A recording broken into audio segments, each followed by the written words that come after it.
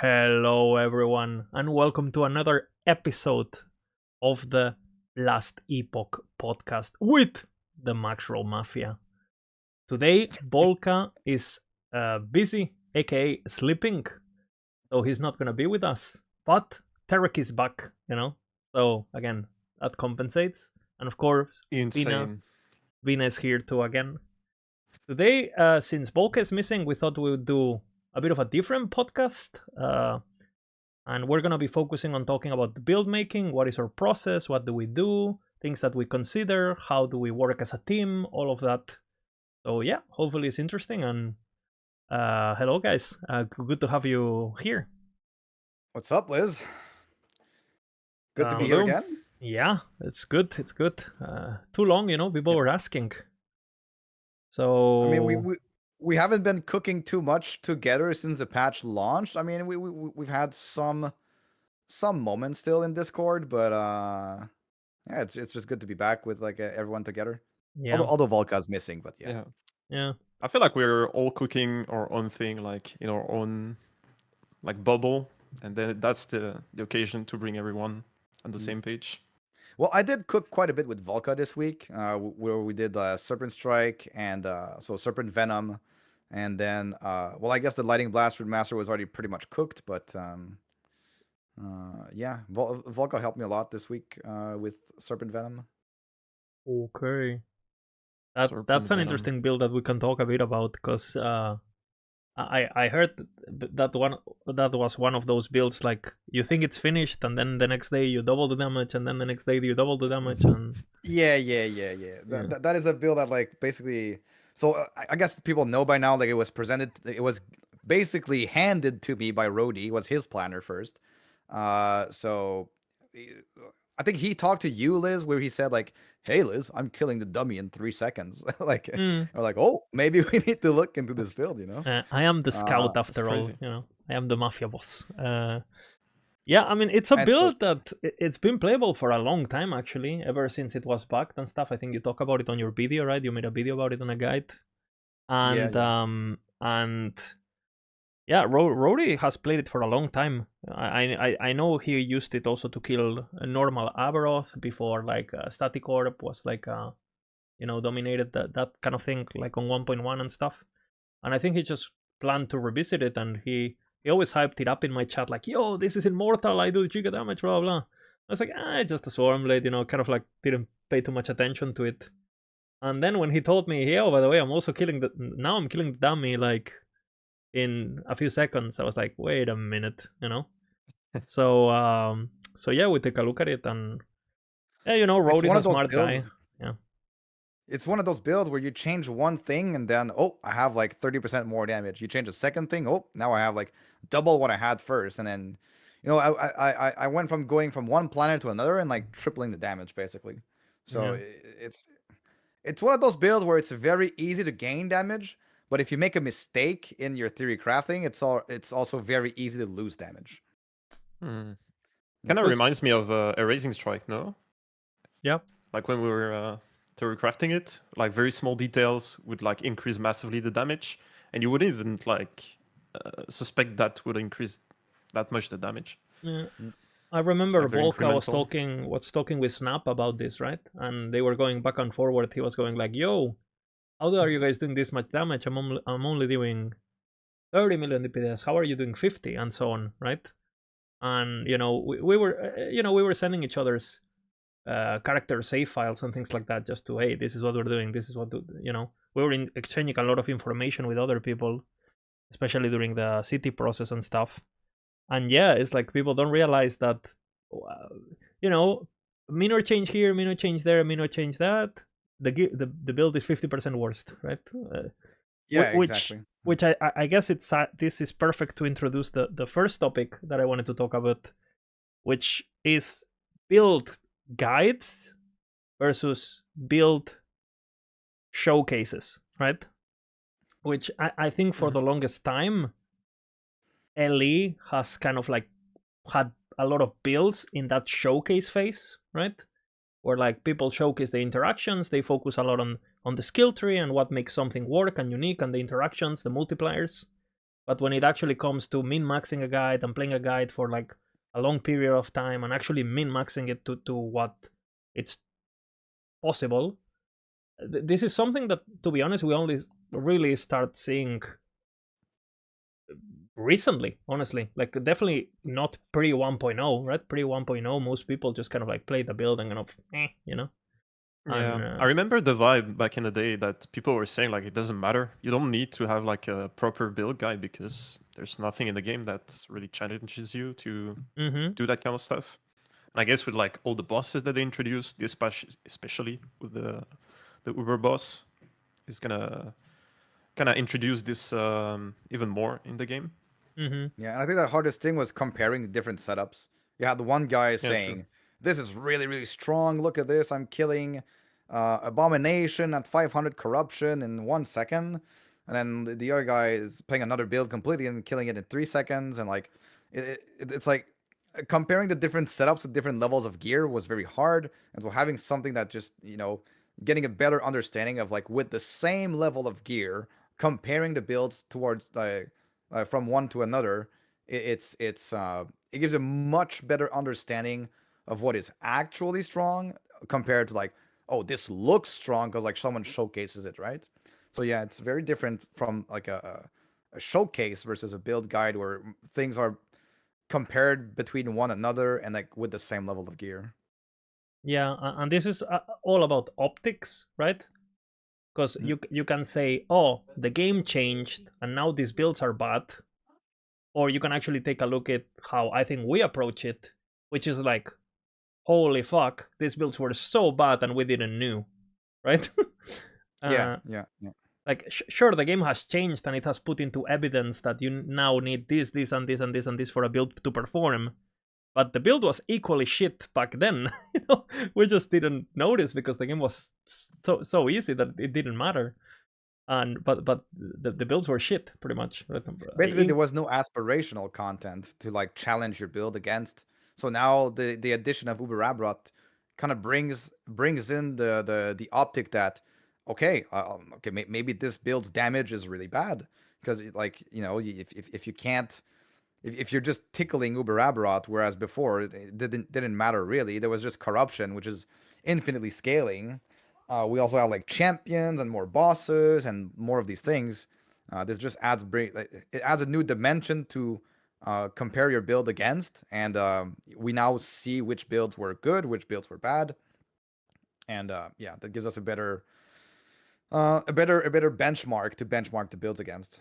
Yeah, and I think like if you were just fooling around, just like, oh, I just want to play random shit, well, yeah, that doesn't work as it used I to. mean, you can still do it. It's Yeah, but Yeah. it's gonna be more evident how shit it is, right? yes, That's basically what I'm yes. trying to say. Yeah, but now you can also specialize builds. For example, Witchfire, which is a build that doesn't deal a lot of DPS, so it cannot deal enough damage to kill Uber Abaroth, but it's like super good for speed farming.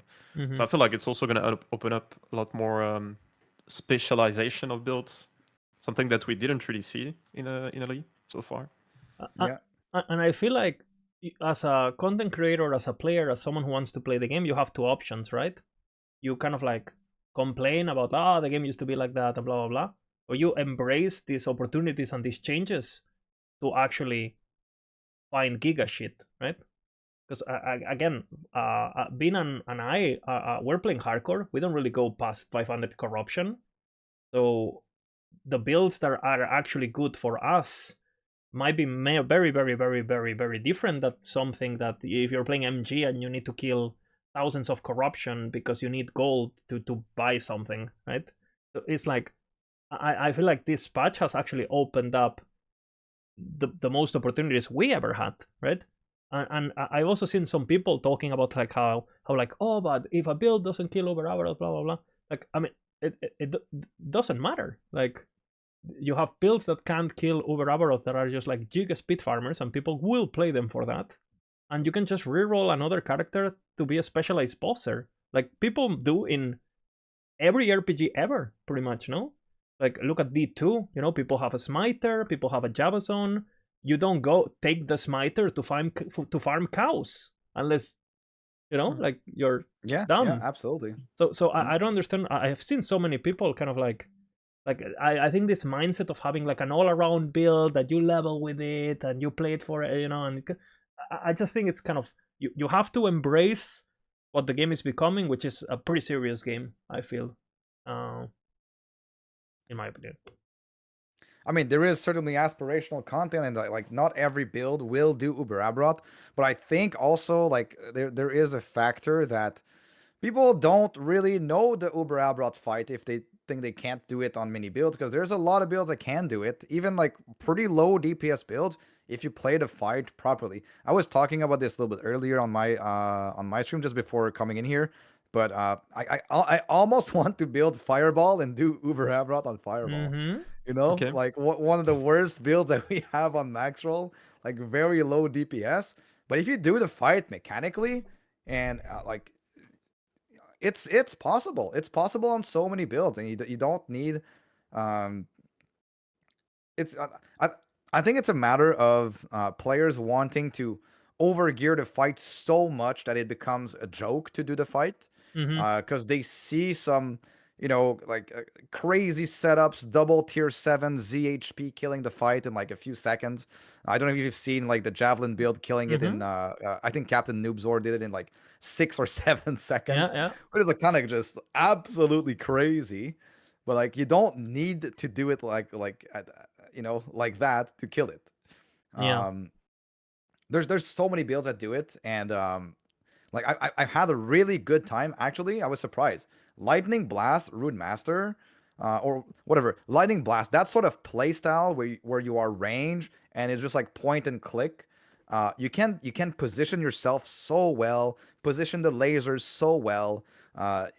If you actually get to learn the fight and play it properly, a lot of builds, even if you don't have that crazy damage, so long as you have like enough damage, enough tankiness, enough recovery, like a pretty good all-around build, you can do Uber Abaroth.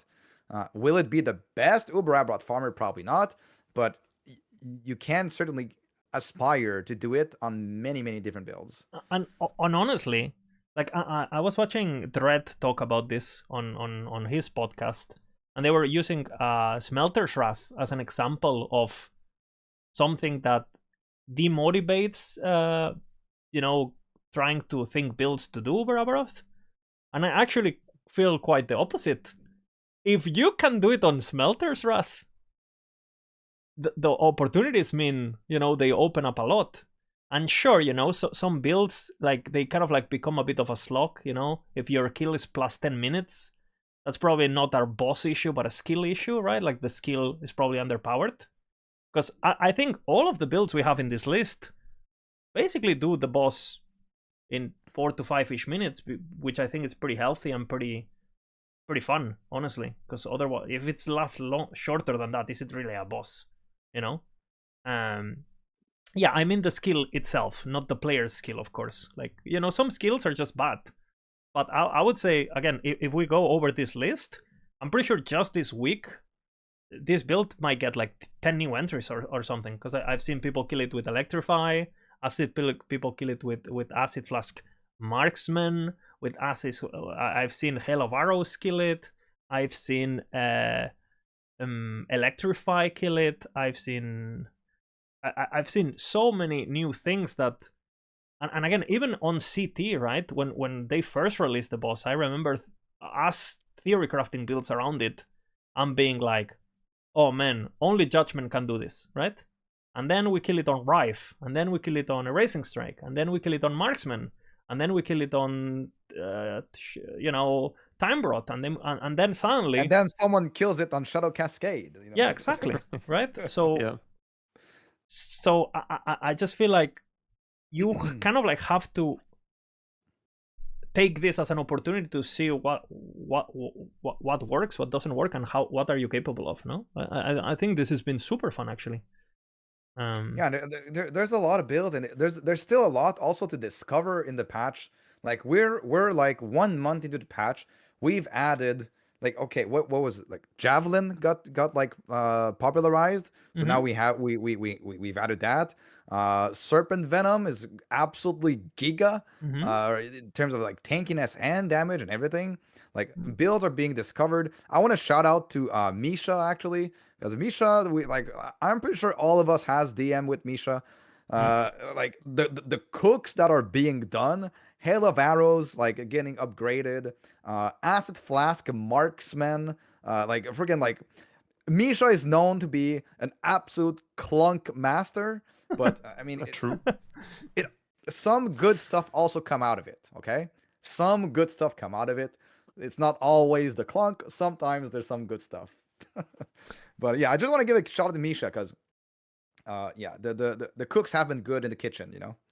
Yeah, and it's funny because I actually listened to the entire podcast they did, and they were actually using Misha as an example of someone who's a veteran being demotivated to do Uber Abaroth, and based on my talks with her, it's been quite the opposite, So like yeah, basically they said something along the lines of like, oh, I made a Sentinel build, but it can do Uber Abaroth. I'm so sad, or something, and it's like, yeah, so I'm gonna go do another one that can, right? Like that's not where it ends. Like, oh, I couldn't do it with this, so I'm gonna go think of this other thing. It's the opposite, no? It triggers this.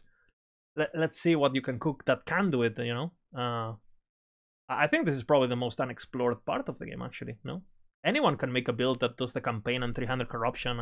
Who gives a fuck about that? Anyone can do that. So yeah. Yeah, the fact that we have a real challenge for builds, like pushing builds to the limit, and it's like an objective benchmark because everyone is fighting the same boss now. It's really motivating, like trying to find the build on like classes that are kind of underperforming or like skills that are underperforming, trying to find the different combination. I feel like it brings like creativity, having constraint. It's basically creativity is it comes from constraint, and when you have a fight that is this hard and you have to find solutions, I feel like that's really motivating, at least for me. Like I don't know about others, but Yeah, and that's it's what I actually enjoy. good for everyone, for every type of player. If you still want to make your like anyone can go into Last Epoch and casually play it and have a really good time, get to regular Abaroth, kill it. Pretty much anything can do that, right? So the more casual approach to the game, the more I want to play any build. It doesn't really matter. Like if you're not killing Uber Abaroth, like you're missing out basically if you are a COF or like if you find your own items, you're missing out on like 2 items. That's all you're missing out on, right? You're missing out on the Shattered Worlds relic and on Immortal Vice gloves. But apart from that, the game is wide open to you, so you can do whatever you want. You can do your clunky Misha build for like 300 corruption. No, you know what I mean. You can still play the entire game, experience the entire content, and for the like more engaged player that want to play the game for the at the highest difficulty, you get that challenge that okay, this challenge is pretty damn hard. I think it's one of the hardest boss that ARPGs have gotten in the past. I don't know how many years. Like there's been so many years that like even in PoE, I think Last Epoch has a very very difficult boss that needs to be studied and like practiced, and you won't just go in there blind first time and just kill it. Nobody's gonna do that Yo, basically, right? if it has Uber as a prefix and you expect it to clear in 10 tries, the definition of Uber is just way different to what I consider Uber. Yeah, Uber means you're gonna get shit stomped, right? And if you don't get shit stomped while learning, don't call it Uber, in my opinion. And again, the I think they process of also learning is fun, yeah. bro. Like I don't know, like Yeah, they made it so that you can retry it like forever. You're not locked behind a key or something like that. Like it's actually makes it like 10 times better in my opinion. Having it like once you place it, you can try it for like how many times you want. There's no cost to it. I it's think that Yeah, adds That, A good that's point I want to add so is good. that there was a the sorcerer that lightning blast sorcerer that Big Daddy did. I think he died. He said that he died like 900 times to get that one first kill. And then I think from that point on, after he's able to do it on many different builds, and it doesn't take him 900 times, right? It's like it takes a lot of practice to get that knowledge going. Okay, I understand that he does this at this phase of the fight. He does this other attack. Oh, I got killed by this attack. What does this do? This does this. You know, like, there's so many lasers. Maybe I'll place the lasers. There's a big learning curve. Some people learn faster than others, but I think for the most part, you will have to, learn the fight quite thoroughly to be able to have a good time doing Uber Abaroth on any build, pretty much, except the absolute giga builds that kind of like do it so fast that you're not even seeing most of the mechanics. But I don't think you should expect every build to be that level of power, because that level of power is likely to get diminished in the next patch, right? So Of they're probably course. going to nerf a lot of builds that are in the S tier for next patch. But there's always going to be something else that comes back up as well. And then with the new items, there's always more builds to cook. So it all kind of like all fits together into like a massive, freaking a massive, like there's so many ingredients to cook with, you know? And not only that too, but if you a lot of the people who have killed the build, who have killed the boss, are playing a build that kind of trivializes the boss. So I have seen many people get their first kill just brute forcing it, right? Like, I'm just gonna play a Racing Strike, I'm just gonna play Judgment, I'm just gonna play Time Rot, just so I can get the first kill out of the way, I get the pressure off, I can say I killed it, and then from now on, you start actually having to learn. Which I just feel like, if you have not experienced a 4-minute plus 5-minute, 6-minute Uber Abaroth fight, can you even talk about that fight? I feel, it's like, because the shittier, I was talking with Volka actually, the shittier the build you play, as long as the gameplay is fine. I think Smelter's Wrath is not fun because it's not fun to play, not because Uber Abaroth is not fun. Again, you go play Heartseeker, Uber, or any build that is kind of like not good damage or whatever, and you will see how deep of a boss it is and how cool it is, honestly. And you will realize how bad you were at it the first time you killed it with a Racing Strike also. Again, this happened to us. We thought, again, we have all of this recorded, like our first kills. Like, I remember the first time I killed it with Judgment, everyone was like, what the fuck? Or when Foe killed it with Marksman, is this even possible to do? Like, and now people are just killing. I've seen many Marksmen have killed it now, right? People are getting better, knowledge is being shared, more guides are being done about the boss, right? Like, now people do lasers. It's such a good feeling. Yeah, it's such a good feeling when you kill it for the first time. It's like if it's like an insurmountable mountain, and then you finally get to it, and then you just pass the peak, and now afterwards you can slide down on the little tray or something, and you just yoo-hoo, I killed the boss. It's okay. There's such a big, like, you're building momentum towards killing the hardest boss of last Epoch, and when you finally do so, and with a build that not doesn't ignore all of its mechanics, it just feels so good. It feels like such a big accomplishment. It's kind of like killing a boss that you've been struggling on in Dark Souls, Elden Ring, or whatever it is, right? It just, like, you learn to fight, you learn the mechanics, you learn what he does, and then you adapt to it, and then you kill it. And also, that Dark Souls boss that took you 200 attempts and days of raging and shit, then you go on YouTube and there's some guy who does it naked because he just learned the fight, and he kills it in 20 seconds with perfect parries and perfect backstabs and perfect everything, or throws him off a cliff or something, and you go like, so again, it's like, knowledge takes time, knowledge takes effort, and that's good. So yeah, I agree. I mean, also, if you want that boss to stay relevant to the game for a long time, it needs to be at a certain difficulty, right? It cannot be like manageable by every single build in the game, and then like 2 patches like later, everything can do it on like blue gear. Like, you know what I mean? Like there's gonna be like how do you say it? Or creep happening to the game. We've seen it from 0.9 to 1.0, and then from 1.1 to 1.2. The power creep has been insane. So I bet like in like 2 patches, that boss probably is going to be trivialized by a lot of builds. Who knows? Like, yeah, but I mean, it's also, again, I feel like outside of a few outliners, keep in mind also people are giga gearing, people are getting better, like, Yeah. Because for example, it's like talking about the Big Daddy guy, right? I saw him like he was doing some testing with Volcanicorp, and being as a big fan of Volcanicorp, I'm a big fan of Volcanicorp from back in the day, and it's like, oh, by the way, guys, here's this build. I think if you get this, and this, you can kill Uber Abaroth. And it's like, sure, like that's the thing, right? If you get to that level of gear where you have double tier 7s and that kind of stuff, which is doable this patch, it actually is, right? Because how imprints are and all that, many things become really good that are not good before that. There's builds that just click, it sucks to play a build like that before you have 1,000 mana, before you have crit, before you have.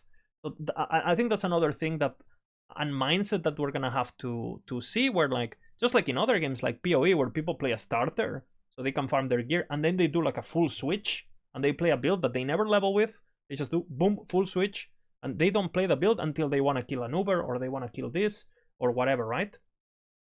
That's just gonna happen the more complex the game gets, and that only shows that the game is getting better, in my opinion, right?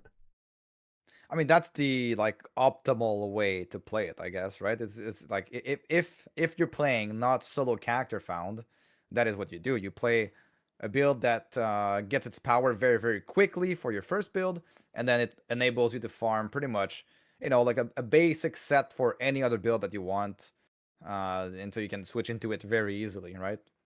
It's yeah, it's the same thing. It's just people. I think a lot of players in Last Epoch like to level with the builds that they will play in the end game, because I mean, it can be done, even though it's not super optimal. Like the early game can still be done, especially if you have like your because we have such good deterministic crafting. Uh, if you have, for example, your crafting materials filled up with all of the affixes that you possibly can want, then you can get like basically the perfect starter items for any build, and then that just feels good early on, no matter what you play, right? Um, unlike in PoE, where you will not go ahead and I'll buy the perfect item for every slot for. I mean, maybe you do, but I'll buy the perfect item for every slot for my leveling build, and then at this level, I need to go again on the trade website and trade for more items, and then trade for more items, and then trade for more again. Uh, I mean, that can be done, but it's certainly more of a hassle than just in Last Epoch. Oh, let me just grab any random item I find on the ground, put it in my crafting window, craft tier 5 everything on it that I want, exactly the stats you want, and boom, we're done, right? You can get started very easily on a second character on Elite. And then for that precise reason, I think it's gonna be more and more common to see people start with similar builds. Like for example, I have also seen people talk about how like the hardcore race, most people played the same build, right? Isn't that exactly what happens in every other RPG? Like, you're racing D2. Are you not gonna play Sork for level 99? Like what? Like, and it's a 20-year-old game, so it can't be more solved than that. Like you're playing PoE. How many years in a row people have played DD or Trapper or whatever the fuck on every race? Every race, same character, everyone. Like we're no different. It's just what happens when a game gets serious. Well, it's a math game, right? What is the best thing? What is the fastest? What does the most damage? If it's hardcore, what can survive the best? It's just a math game. It's a very, very I guess complex math problem with many different moving pieces. But yeah, like we only have so many pieces to play with, right? Like there's only so many ingredients to the recipe. well, not to the recipe, but like in your kitchen is only that big, so you have like these ingredients, and like you can't add them because they are provided by by EHG. So EHG gives us all the ingredients, and then we have to mix and match them all together to come up with the best with the best possible build at that moment. But it doesn't mean there's so many moving pieces. Everyone, well, not everyone. A lot of people you say played the same build. If we had also like the javelin time lot stuff, if we had like some of these other builds, the serpent venom build, like if some of those would have been more popular back then, maybe we would have had like more builds that that would have been played, right? Or maybe nobody would have played these other builds and would have just like focused on getting enough damage to cheese the fight and not interact with any of the mechanics. So there's always more to discover. Always more to discover. And you have No matter how much you think it's solved, it's just not solved. It's so many distinctions too. Like who is playing Judgment in softcore now? I mean, I don't know. I don't even recommend Judgment for softcore. So it's like, yeah, and again, the more restrictions you put on yourself and the more elitist goals you have, sure, the narrow path of what builds you can play or what feels like an optimal choice is gonna go down. But unless you're racing for money, you can play anything, bro. Like, and that's like 1 week of the entire patch. Who cares? Mm-hmm. I'm playing hardcore SSF. You too. How many builds have you played? Because I have like 5 level 100 characters or some shit, plus the ones that died. So... I still don't have any level 100 characters. I mean, I tend to swap at 99. I don't know why. It's okay, Vina. No, not everyone is as efficient as me. It's okay. Man, I went and killed Uber Abaroth level 99. I was like, okay, man, I think I'm done. Let's play another character. But I do have like, I don't know, like 4 or 5 characters so far. Yeah. Like I've played Crows, I've played Ballista, I've played Runemaster, Lightning Blast. I'm playing Serpent Venom right now. I have a Warpath character. Yeah, I think that's pretty much it. 5 so far. Mm-hmm. Yeah, I mean, that's not bad. Like, yeah. I have more level 100s or more high level characters this patch that I had in my previous, like, since Ellie launched. Really? It's what yeah. First of all, because I delete the hardcore characters who died. So I mean, a lot of them are just not. I just delete the files because I reached the maximum, right? But I see the characters that I have still alive, and I have a bunch of like level 70s and 80s and stuff, and obviously you don't have that problem in offline, right? You can just have as many characters as you want, so it's just the right way to do it. But yeah, I feel like the patch hasn't even started for me. Hasn't even started. It's crazy. That's what I wanted to say. Like the patch is so good that it makes you want to play so much and play different builds and different characters and reach that level of, okay, I'll bring this character all the way up to like the pinnacle of the pinnacle bosses, Uber Abaroth, and then boom, I'll play something else afterwards. It feels like the entire gameplay loop feels so good in my opinion. I have like so many projects. Like every single week, I have a new project. This didn't happen like for 1.0 or 1.1. Like I don't know what's happening, but I guess mostly it's Uber Abaroth, I feel like, and obviously the Weaver, the Weaver faction, the Weaver faction, yeah. As retarded as the loot is right now, we're probably getting a bit too much. The fact that you have so much loot and everything is basically accessible also, I think, motivates, the fact that you will get the gear motivates you to chase the carrot because you're gonna get it, right? Before, how many times you thought, oh, I want to play this build, but holy fuck, just thinking about farming this item with 1 LP and then hitting the slam, like, bro, like, and now you just focus on gaming, bro. You just game, no? Yeah. It's crazy how much it multiplies. Like, I don't know how much of a multiplier it's been, but it feels like times 10 for some items. Like, it's crazy. Yeah. Like all the all the exalted, especially, like fucking crazy. You know, I don't think the game needs triple and 4x exalteds to be fun. I would much rather see exalteds. This is a personal take. One prefix, one suffix. You know, because again, talking about restriction, right, Bina? We were talking about this at the beginning of the podcast. What is harder to min-max? A build when you can have 2 tier 7 prefixes? Or a build where you can have 1 tier 7 prefix? Because if you can have 2 tier 7 prefixes, there's no choice. You just get both. But if there's only 1 tier 7 prefix, you create this friction that makes you think like, oh man, I really want flat crit, but I also want flat. What if I go increase crit here, here, and here? Can I get away with only tier 5 crit instead of tier 7 so I can get more flat? It creates all of these cost opportunities that actually require more knowledge and require better thing. I'm kind of bored when I see a build and it has just like, oh, okay, triple tier 7 everywhere. okay. It's cool, don't get me wrong. I have fun with it while it lasts, right? But I definitely think it takes a bit away from that. You know, I think it's fun when you look at an item and you're like, oh fuck, what do I slam, this or that? Like, I think that's good, you know. Having tough choices is important when theory crafting too, right? Which, well, I mean, so I completely agree. I completely agree with like it creates, you know, that sort of friction or that sort of like, you know, you pick your brain as to like, okay, what do I put here? Do I put this one as exalted or that one, or does this change other pieces of gear?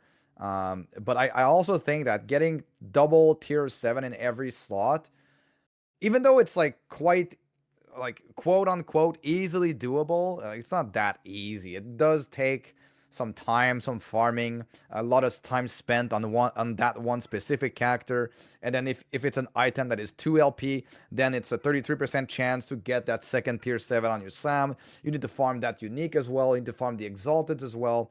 Even though you have Rune of Creation and stuff, but like if you have double tier 7 everywhere, you kind of that is also my personal take. You've earned it. You've earned that double tier 7 because you took the time to look up how to farm properly. You took the time to imprint properly.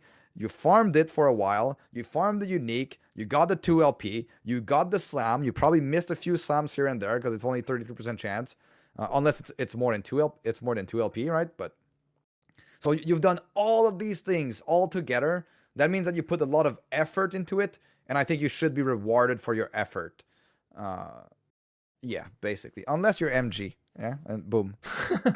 Yeah, but it's for sure. We're talking about COF. Let's talk about COF. It's for sure a matter of just getting it right, you know, where people can have these items, where there could be a possibility where this can happen, but where you don't remove those tough choices for 99% of the cases on the gameplay, right?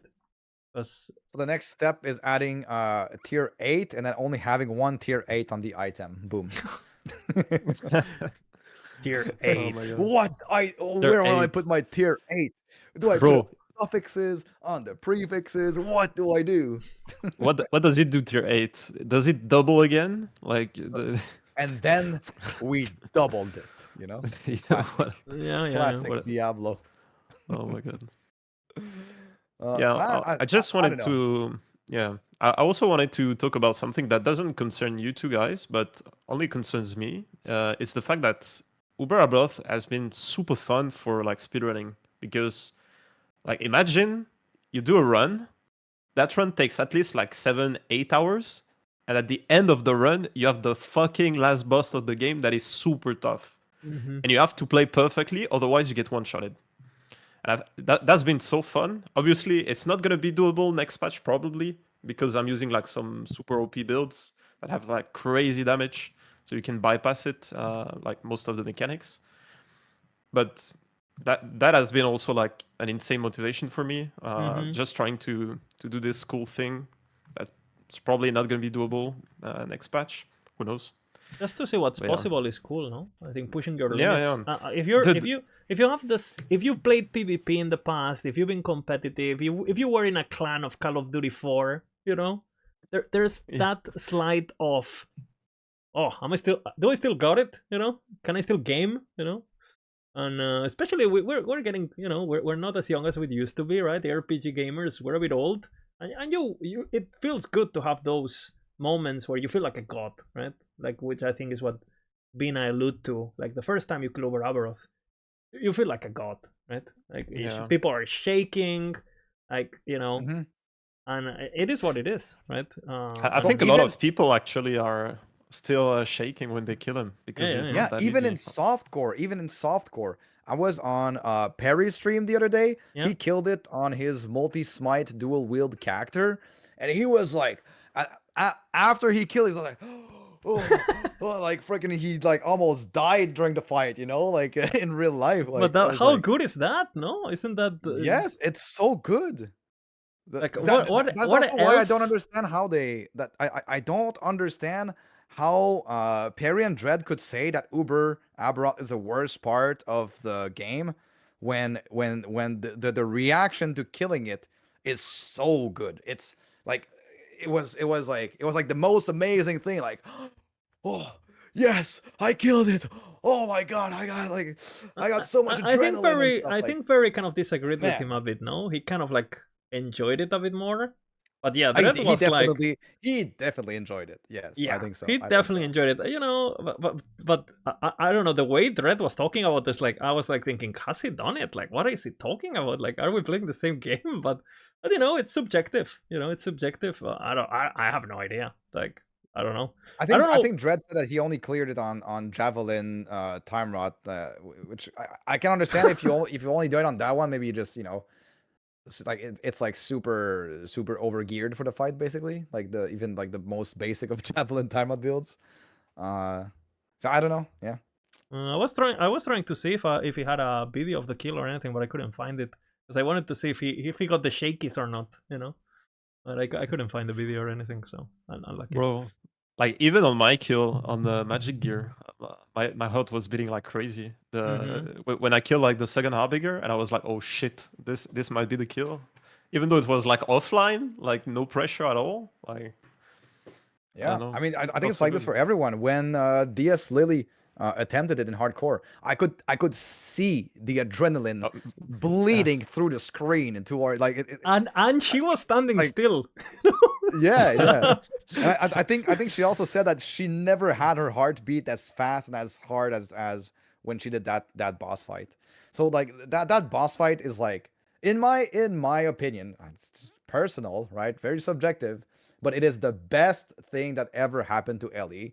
Surpasses legendary crafting, surpasses the patch where we had Jorah, surpasses everything. It's the Uber fight is the absolute pinnacle of the best things that happened to Ellie, because it gives you a goal to look towards, and basically sometimes you'll reach it, and if you do surmount it, it feels extremely good.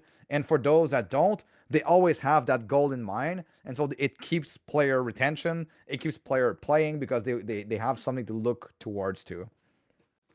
And to be honest, the only bad thing about Uber Abaroth is that there is a clear gap between normal and Uber, which we know the game is not finished, right?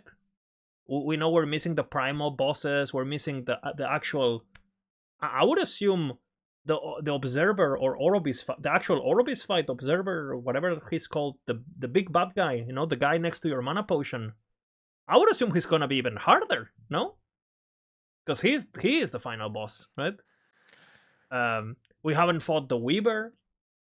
We know that we're gonna get some sort of primal hunt. I assume you're gonna fight badass dragons and shit like that. They're getting better at doing bosses. They're showing. Bro, I can't wait. It's gonna be good. It's gonna be good. I can't wait. I think a lot of the complaints that I actually agree with when they talk about Uber Abaroth is actually the fact that, yeah, the gap between 300, like doing normal Abaroth and then doing Uber, makes you feel like this. You look at the precipice, but you don't see the ladder to get there. So it creates this like perception of like, oh, I have to play one of the OP builds because I want to skip this progression that exists. But you kind of like, as a player, you kind of like have to create it in your own. If you don't have the knowledge to know, okay, I'm going to farm this, I'm going to do these prophecies, I'm going to do that, I'm going to spend my favor on that, I'm going to imprint this. If you don't have that knowledge to kind of like build your own ladder of progress, the game doesn't give it to you. But if you do have that knowledge, then the ladder is actually pretty clear, right? I'm gonna need this for my sustain. I'm gonna need that for survive the pizza. I'm gonna need this to for the last phase. I'm gonna need this for my cleanse. This and that, right? So I think as they keep adding more encounters, this path is gonna just be sick, you know. So I don't know. I'm giga excited. I Yeah, agree, bro. It's just yo, it's crazy patch. Patch is crazy. Yeah, it's the best it's ever been. Patch. Yeah, it's like, and it shows. It shows like you know, people were excited. Like there's been a lot of other releases as well. I think we're kind of sidetracking from the topic of the podcast but it's today, but I fine. think it's still fine. But like there's been so many other games, you know, like Expedition 33 and whatnot, and the remaster of Oblivion and the like you know, like so many things are happening in the gaming industry, and people are still enjoying Last Epoch. People are blasting, they're having fun. We're still here. You're still here. You have another job. Like you're a teacher. You know, like you know, you're still here. You're still excited. Like it's so good. I don't know. It's such a good patch. Which I guess we can kind of like U-turn into kind of like the topics that we were gonna talk about today. Is my mic okay? People, I think are what microphone? But, -1. Yeah, well, let me know. You're good? Okay. So basically, we can talk a bit about like how, well, now that Uber Abaroth exists, and even though some builds won't make it, right? And it's fine.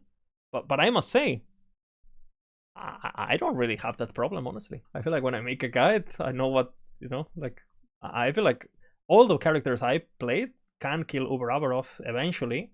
Some are easier than others, but I feel like it just, again, you can, if Dancing Strikes, if Shadow Cascade can do it with 2 million DPS, if Smelter's Wrath can do it, you can do it, you know? It's just a matter of like brain power, grind, and just enjoying the journey, honestly.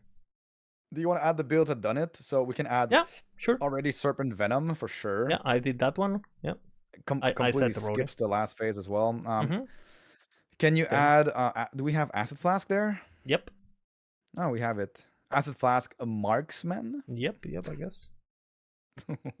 I guess all masteries of Acid Flask I add them just because they're actually quite different.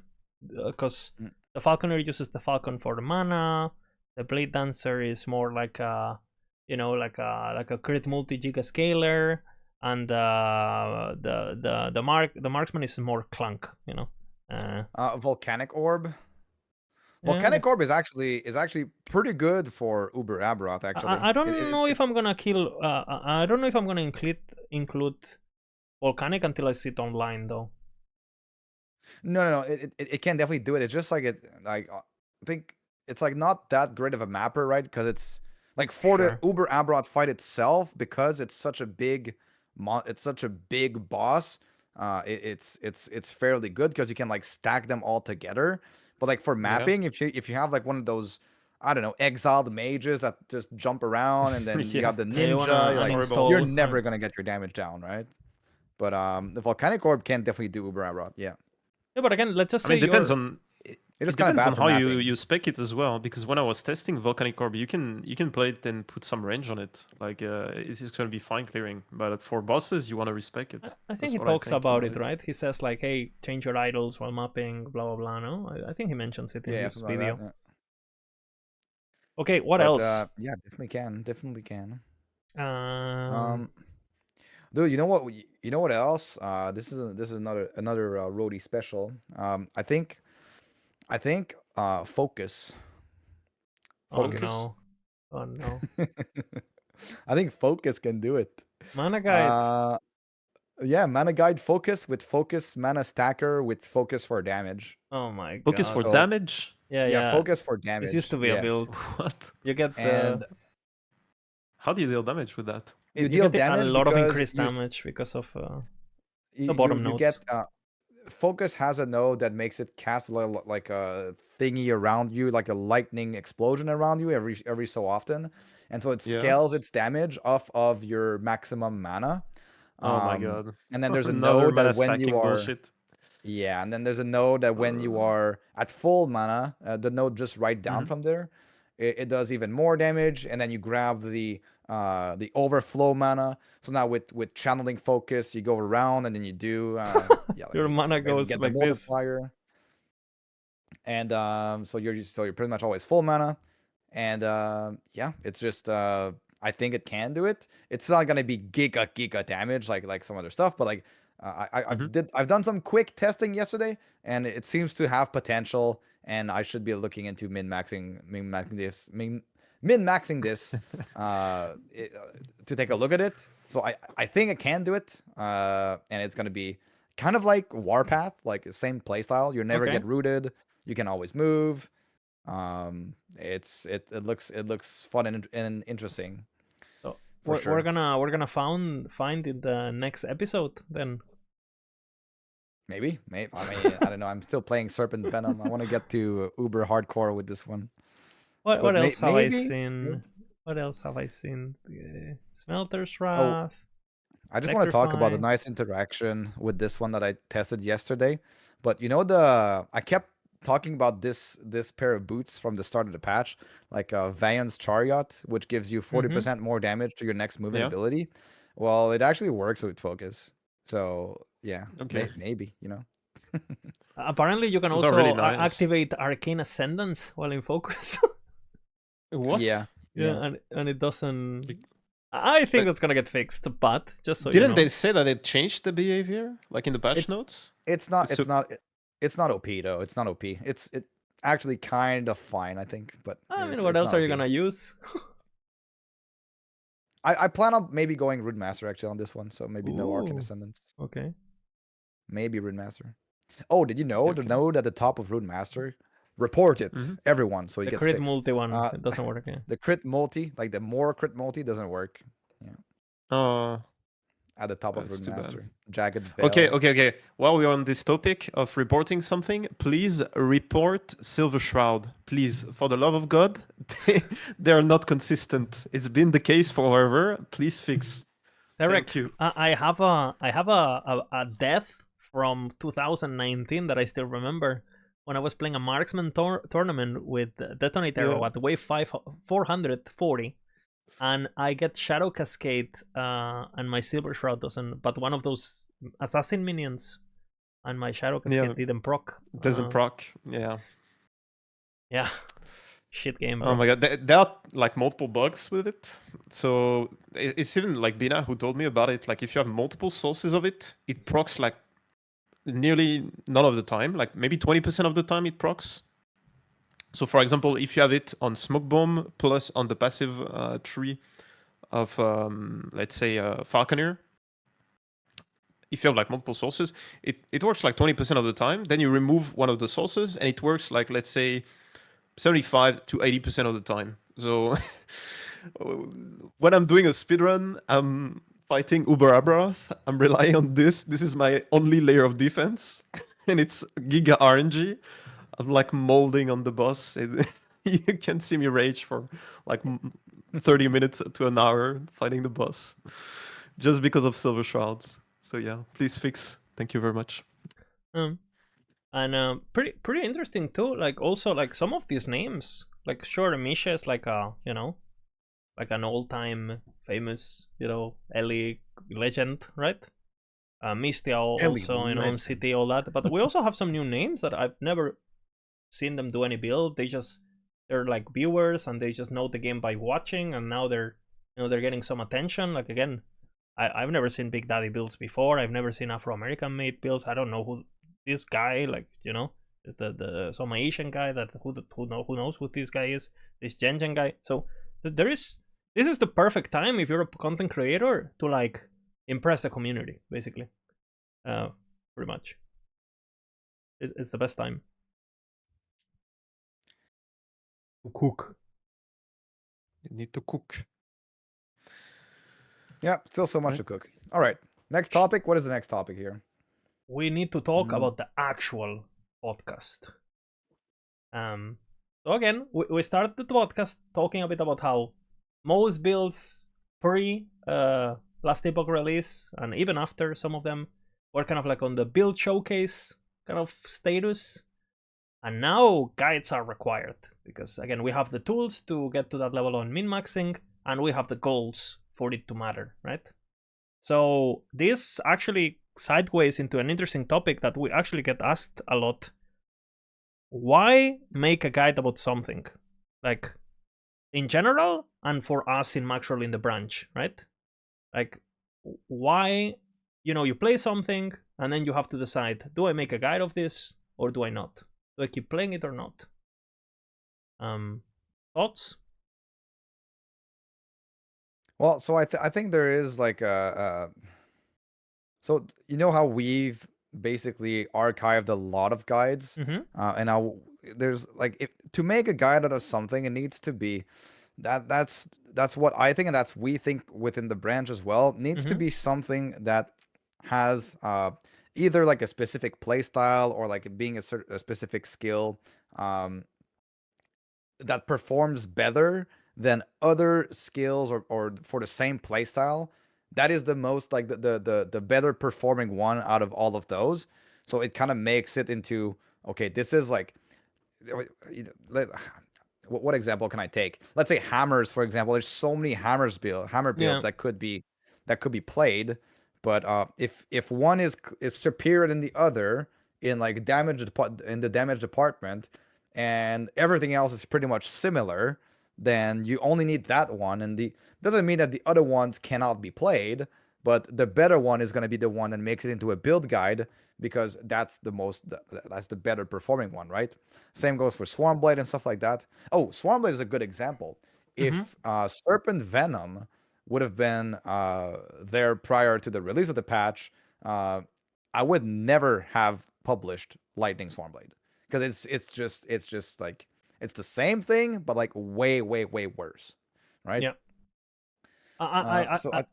And then you as we also have to be careful, or as a content creator you have to be careful. It's very tempting to jump on the hype wagon of something before it's actually properly tested and properly played, right? Because for example, we had Acid Flask Falconer in the list, and Acid Flask is a very popular skill. It's been playable for a long time. Traps got nerfed, people reinvented things, blah blah, right? But now it turns out you can kill Uber Abaroth with Acid Flask Falconer, Acid Flask Blade Dancer, right? And Acid Flask Marksman. So it's like, for Maxroll, for example, or if I had to make a guide about it, you for sure want to make it about the best version of this, because they're going to play very similar, they're going to build pretty similar, even they're going to have slight differences, right? But you don't want to have 3 Acid Flask and then someone be like, okay, but which one do I play though? What the fuck is this, So and again, I think from what I've seen that the Marksman turns out actually to be slightly better.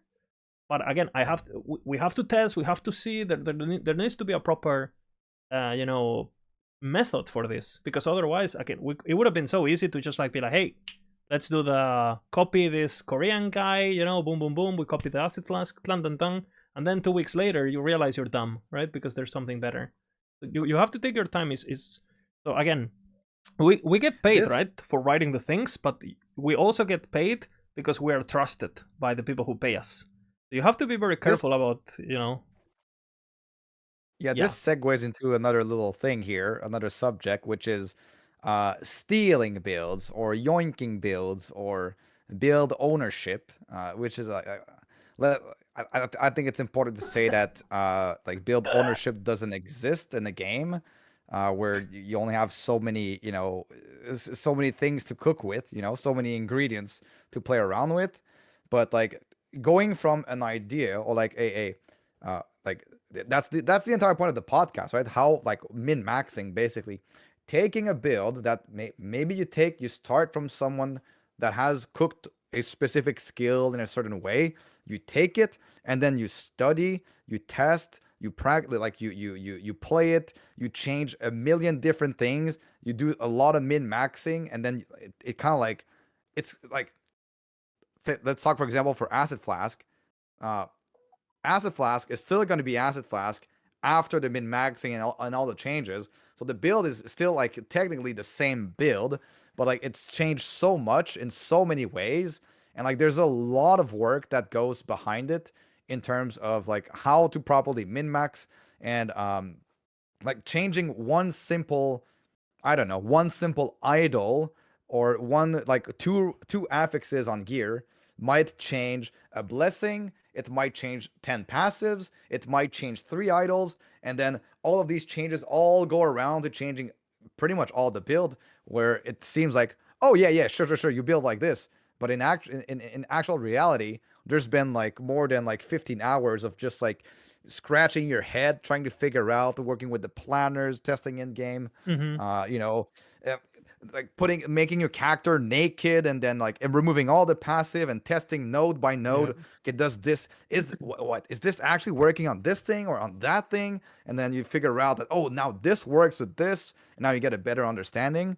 So like yoinking build is not a thing, and build ownership, whether it is like people taking a Maxroll planner or taking a Maxroll build guide and then doing some changes and then claiming it as their own, it's completely fine, because like builds are not owned by anyone. Like builds are just there to be played with, and then if you want to show it on your YouTube, you just show it.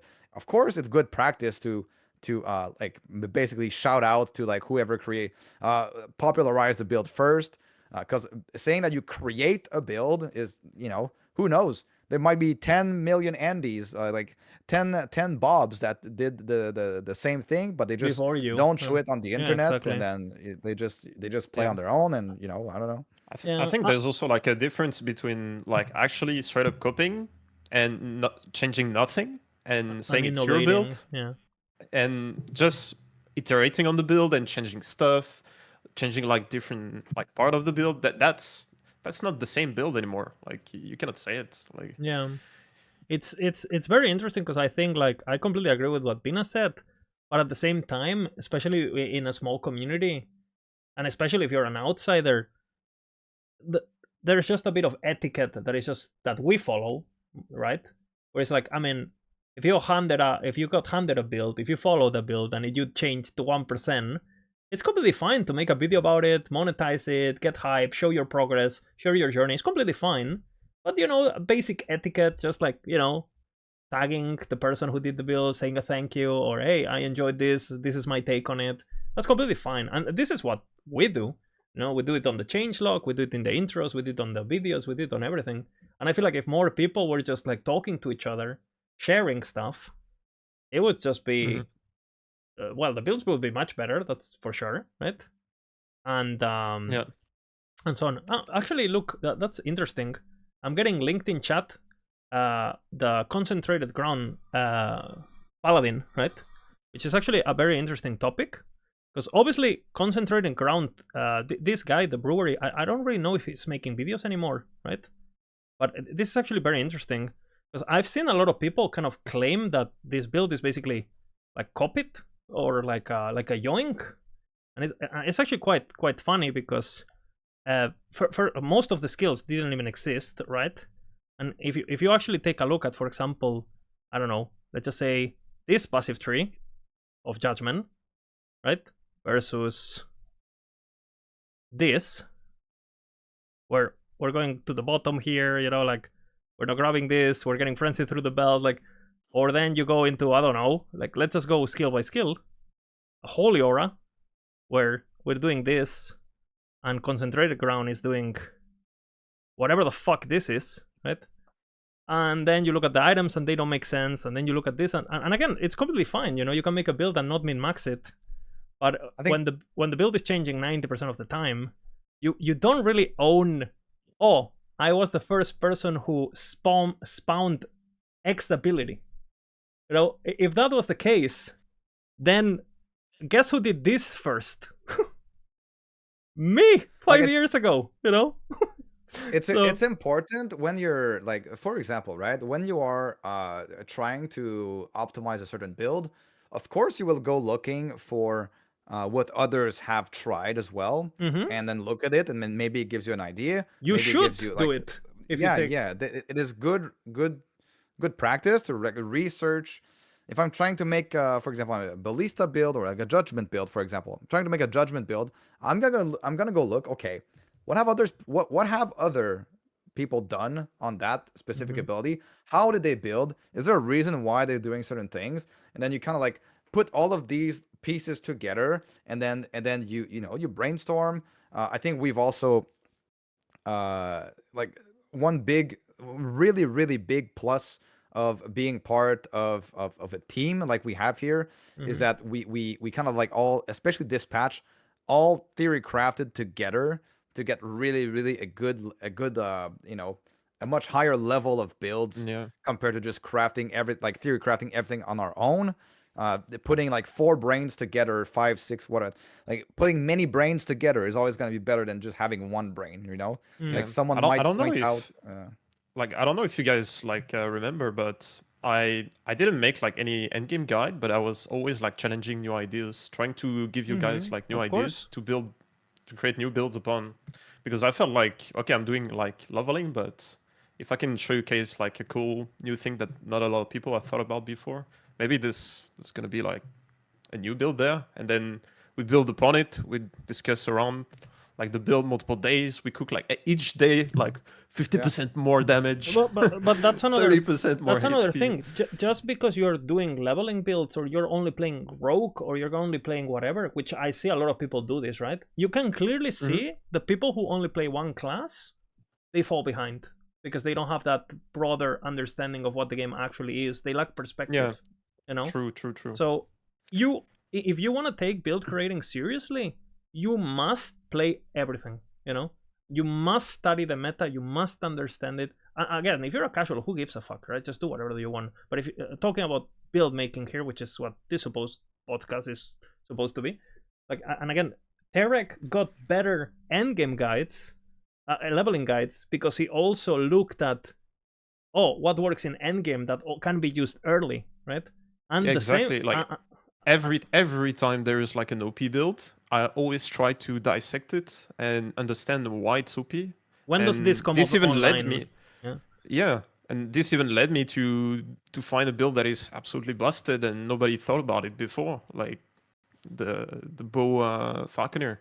Mm-hmm. Um, and that was just me like trying to dissect the build. And of course, now for leveling, because I'm doing a speed run of it, it's even better, because if I was actually like showcasing that as a leveling build, it would be like the most OP build in the game for leveling. Like, but I didn't know about this at the time, like when I was creating the leveling guides. If I knew, like maybe it wouldn't have stayed in the game, to be fair, but it's just showcasing that a lot of the things that are OP in endgame also have an impact early on, and also playing all of the classes, it gives you a better idea of, okay, this is OP on this class. Can I bring um, that way of doing things on other classes? Are there like similarities that I can like copy from this and put it here, and maybe it's gonna work, and I didn't even thought about it, and often like I found new stuff because of that.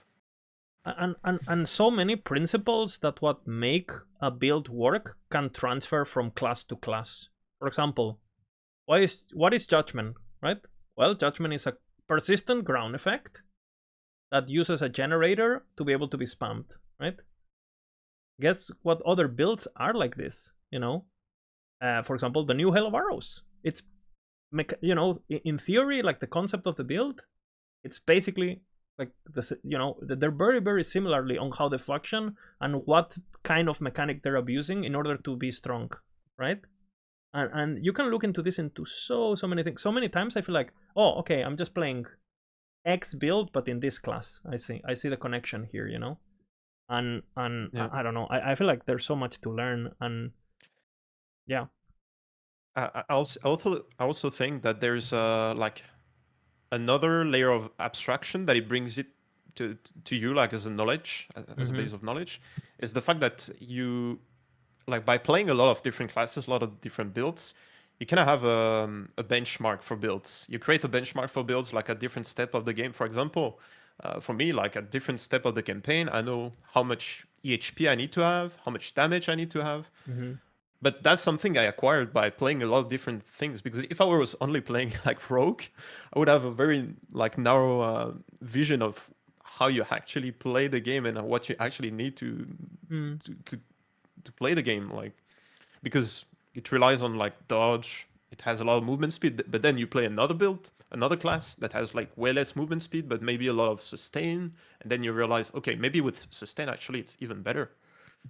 Like, yeah, and so many items that you wouldn't think work good on another class, then you realize, oh wait, this item is actually sick on this class that I never thought about, but I used it on that other build. And basically, the more knowledge you have, the more tools to solve problems. And yeah, TLDR. yeah, It's the pretty much. TLDR. The more you know, the better you are. Wow, insane. Insane. Good builds are good, bad builds are bad. The more you play, the better you 2 are. hours to get to here. Nice. Insane podcast. Thank God we're professional gamers. Thank God we share this knowledge that only we could share. The mafia. So talking about this, I guess, to close this section, kind of like basically we used to have this mentality on Maxroll, or let's just try to get each build and try to showcase it as better as we can, and that made us lose a lot of energy updating things that were just not really viable and that were basically nostalgia and were just linked in the past. And you just have to like embrace the game for what it is. You need to understand what's strong and you need to build around it, right? You have to study before you think. Because, for example, if you're not familiar with Uber Abaroth, how the fuck are you gonna theory craft a build for it? Like if you don't know how much damage he has, how much EHP do you need to tank X attack? How much damage do you need to bypass X phase? How much leech or sustain do you need to sustain 1 laser, 2 lasers, 3 lasers? How often do you need to cleanse if the fight goes long this much? Like all of this, if you don't have the answers, how the fuck are you gonna theory craft anything? So you must learn the game, because if you try to build, I always use this analogy in my stream, but imagine you try to build a car, but you don't know what type of track you're gonna race on. So you design like a rally car, right, to go through mountains and all that shit, and then you go into the day where you have to race, and it's a straight line. Like, wait, what the fuck? Like, my car is shit here. Yes, because you should have seen what the obstacles were in order to create a solution, not the other way around, right? So you must be knowledgeable about the game if you want to make something good, because otherwise you're just kind of like shooting in the dark and see if it hits. Shooting, and that's one of the reasons why I don't think we really failed that many builds, right? When we are in a call and we talk, let's do this, let's do that. Like in 5 minutes, we can basically determine if something's gonna be good or not. At least that's my experience with you guys. Yeah, and we kind of like challenge each other's ideas as well. Like, okay, Yeah. why are you doing this? Okay, look, this looks bad. Like, why? And then, oh, okay, it's a good reason. Okay, let's go. That makes sense, Because sometimes, sometimes some builds or like some things that are in a build are like it's not obvious at first glance. Okay, this is for this is for that, but after getting explained the reason behind it, you're like, oh, okay, oh, now that makes sense. So it's not always super obvious with games like this, like ARPGs.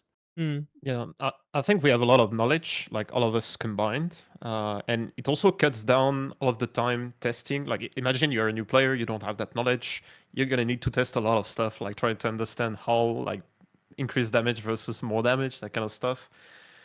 But you still need to test stuff. Like that's something that I learned painfully in this game.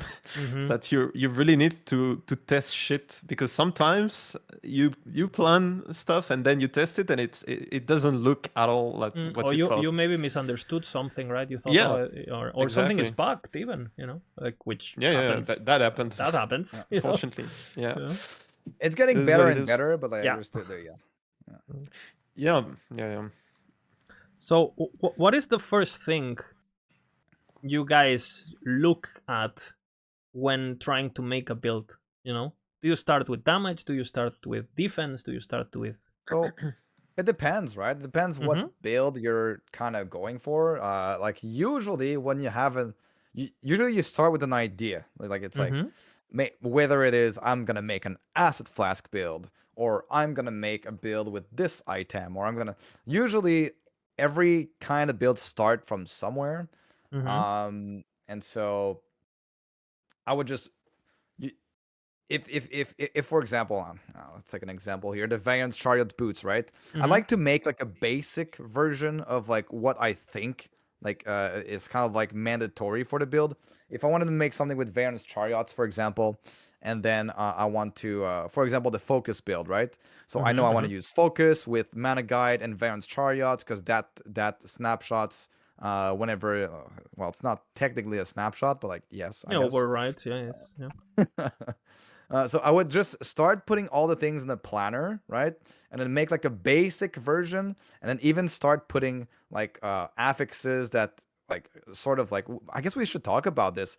Where do affixes go, right? Mm-hmm. So if my build is a health build, I know I probably want increased health on the helmet, body, and belt, and I probably want hybrid on belt, boots, and gloves. And then I'll probably use some unique boots because I want to get movement speed, right? So uniques are probably the best way to do so.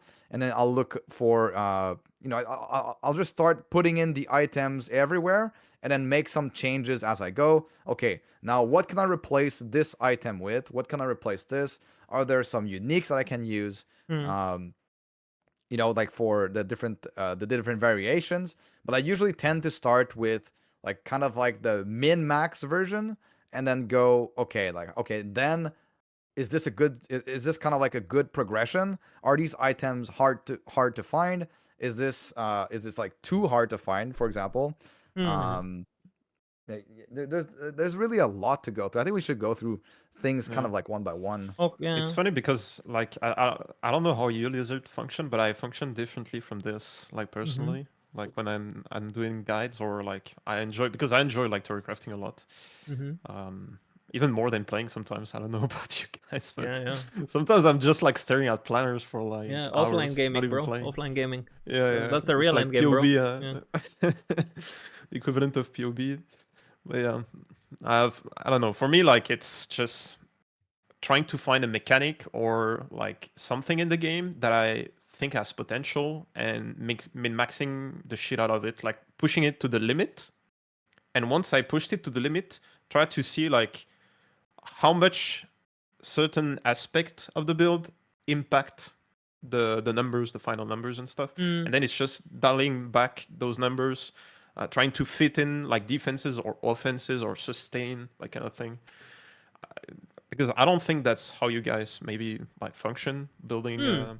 characters, but that's how I function. I like to do it that way because this makes me understand at the like if I invest the most into that particular like mechanic, how far can I put it and how much different parts of it impact that number, that final number.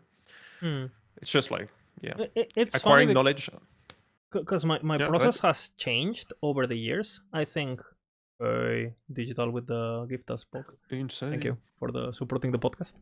My process has actually changed quite a bit because a lot of my first builds at the beginning were like, okay, I'm a noob. This ability looks cool, so I'm gonna make a harvest build, and it's gonna be shit. But that's, I mean, if you're a noob, that's the only thing you can do, really, right? Then you start getting a bit more knowledgeable, right? You nail on something that is actually OP, you learn why it's OP, and then you start trying to replicate it. Yeah, people did witness that build when I started streaming. Let's not talk about it, right? And eventually, basically, the Vision tournament started, which how they function is like they give you a skill and you have to make it as good as you can. So obviously, that kind of like was the school of theory crafting, where you know, everyone's playing a skill, you play a skill, and you just try to see. And something that is very obvious now wasn't really obvious back then. Hey, more multipliers are good. Wow, you know. Or hey, building HP good. Hey, maybe you can build HP on a mage. I remember one of the first tournaments Rody entered where he built HP on a mage, and we thought he was cheating. He was like, "How does he have 3k HP?" Well, because he built it. Like that's simple, you know. And something as simple as what you were mentioning, like hybrid health goes on belt and on boots and on gloves. Like that had to be theorycraft back then. By the way, Yeah. I guess I own that, you know. So every build, every HP build is my build, I guess. Insane. You know, but jokes aside, and I feel like after I played the game for so long, where I basically know what works. I've played so many builds, so many classes, so many hours, right? And now I got to a point where I kind of like follow a bit more what Bina is saying, where like I need to see what the ceiling is, because otherwise it's not really worth my time, because I know where everything else stands. Right? I don't really want to play a build that I know it's going to go into D, because I know what everything else. Like, I want to play something that at least is going to be A, you know? Or something that just like is very unexplored, something that excites me. And if the ceiling is not exciting, the process is probably not going to be exciting either. So I used to be the opposite. I used to be like, okay, how in the tournaments I was like, how do I make this work with the bare minimum, because I have to fucking push waves in 2 days, right? And now it's the opposite. I was like, okay, I know how to push waves in every build. So what can I beat my score with, right? I kind of like, metaphorically, right? So I kind of changed my approach a bit. One thing is clear for me. I think solving damage in this game, even though you can min-max it, especially in builds with a lot of multipliers, quite well, I think for me, min-maxing damage is the least interesting thing. Especially because for the longest time, you know, there was the DR and the diminishing returns and all of these things. So I focused a lot on, and that's one of the reasons I play hardcore, I guess. I focused a lot on defense. Like, I feel like if you have enough experience, you know if a build is going to do damage or not. You open up the skill tree, you see a bunch of multipliers, and you say, okay, this is going to be damage. And I instantly go into, okay, but how do I make it tanky? And historically, I've done this with a lot of builds, right? I did that. The Devouring Orb, I turn it into the Turtle build, right? Falcon, Blade Dancer, I turn it into Perma Block, Infinite Damage, Dash Route stuff. Like, this is a build I've done over the years. And multi-shot, how do I make multi-shot tank Abaroth, right? Where people say multi-shot, you know. And I feel like I think tankiness excites me, basically. Because it's also like a field that is very unexplored, because most of the people focus on damage, like most of the time. Well, tankiness is very important. After being one of the, I guess, biggest softcore blaster, like corpse rushing everything and testing limits, I am now a fully, like, I've embraced hardcore fully, and I am now like a very much a hardcore enjoyer. And I think even building defense in softcore, who would have thought? It's good. Like, dying is better than dying. Would you agree? You know? Would you agree, Bina, that the fact that survivability is obviously very important in hardcore actually makes you have to think harder about things? Like, of course. You know, it's just great having to be like, do I have? Yes. Is it worth having 10 million more damage if I can die? You know? Yeah. Yep. It's like that thing where in softcore, if you go from 100 million to 120, that's a big you know, it's a big damage increase, 20% more damage. But who cares? But you know, at 100 million, you don't need that sort of damage in the game. So if you can get 20% more EHP though, that's pretty interesting, because then now you'll never die and you'll still kill stuff like in one shot pretty much. You know, it's always a matter of hardcore. You need to balance things way more, because of course, having no monster on the screen, you're not at risk of dying to anything. So you need to optimize for damage, for clear, but also for defenses way more, because you cannot suffer even one death. You can't die. If you die, it's over. So hardcore makes your choices way more meaningful in terms of defenses, right? Because you can always figure out in softcore, oh, I'll just rely on blind for my crit mitigation. Maybe I won't even get any crit mitigation, because, you know, most enemies have only 5% base crit. There's going to be a couple maps where I'll die here and there, but like that doesn't really matter. Or I won't build dot mitigation because I'm just going to build for this or that, right? It's like, it's another sort, like it's kind of like if it's not optimized, right? It's like, oh, but you will die. Yeah, sometimes I'll die. Doesn't matter. Like, does it matter? Technically, no. But like, dying still like consumes some time, and you know, it's frustrating. Dying makes me feel like I failed. You know. Yeah. And that's one of the reasons why, for example, even though it's pretty cool to watch the clips of people, you know, exploding Uber Abaroth on a softcore build, you know, like full tier 7 damage.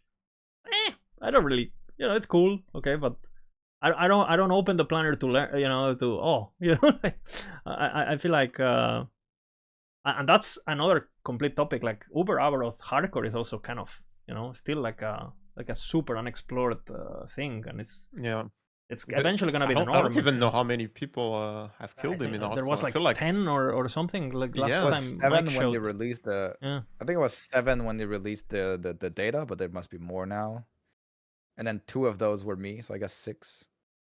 Oh my god. Yeah, Always yeah. flexing. But yeah, I don't know. What about so would you say you look more into, what do you think is, you know, that's a better question. What do you think is easier to solve, damage or defense? In general, in the game. Obviously some classes there's, you know. I mean,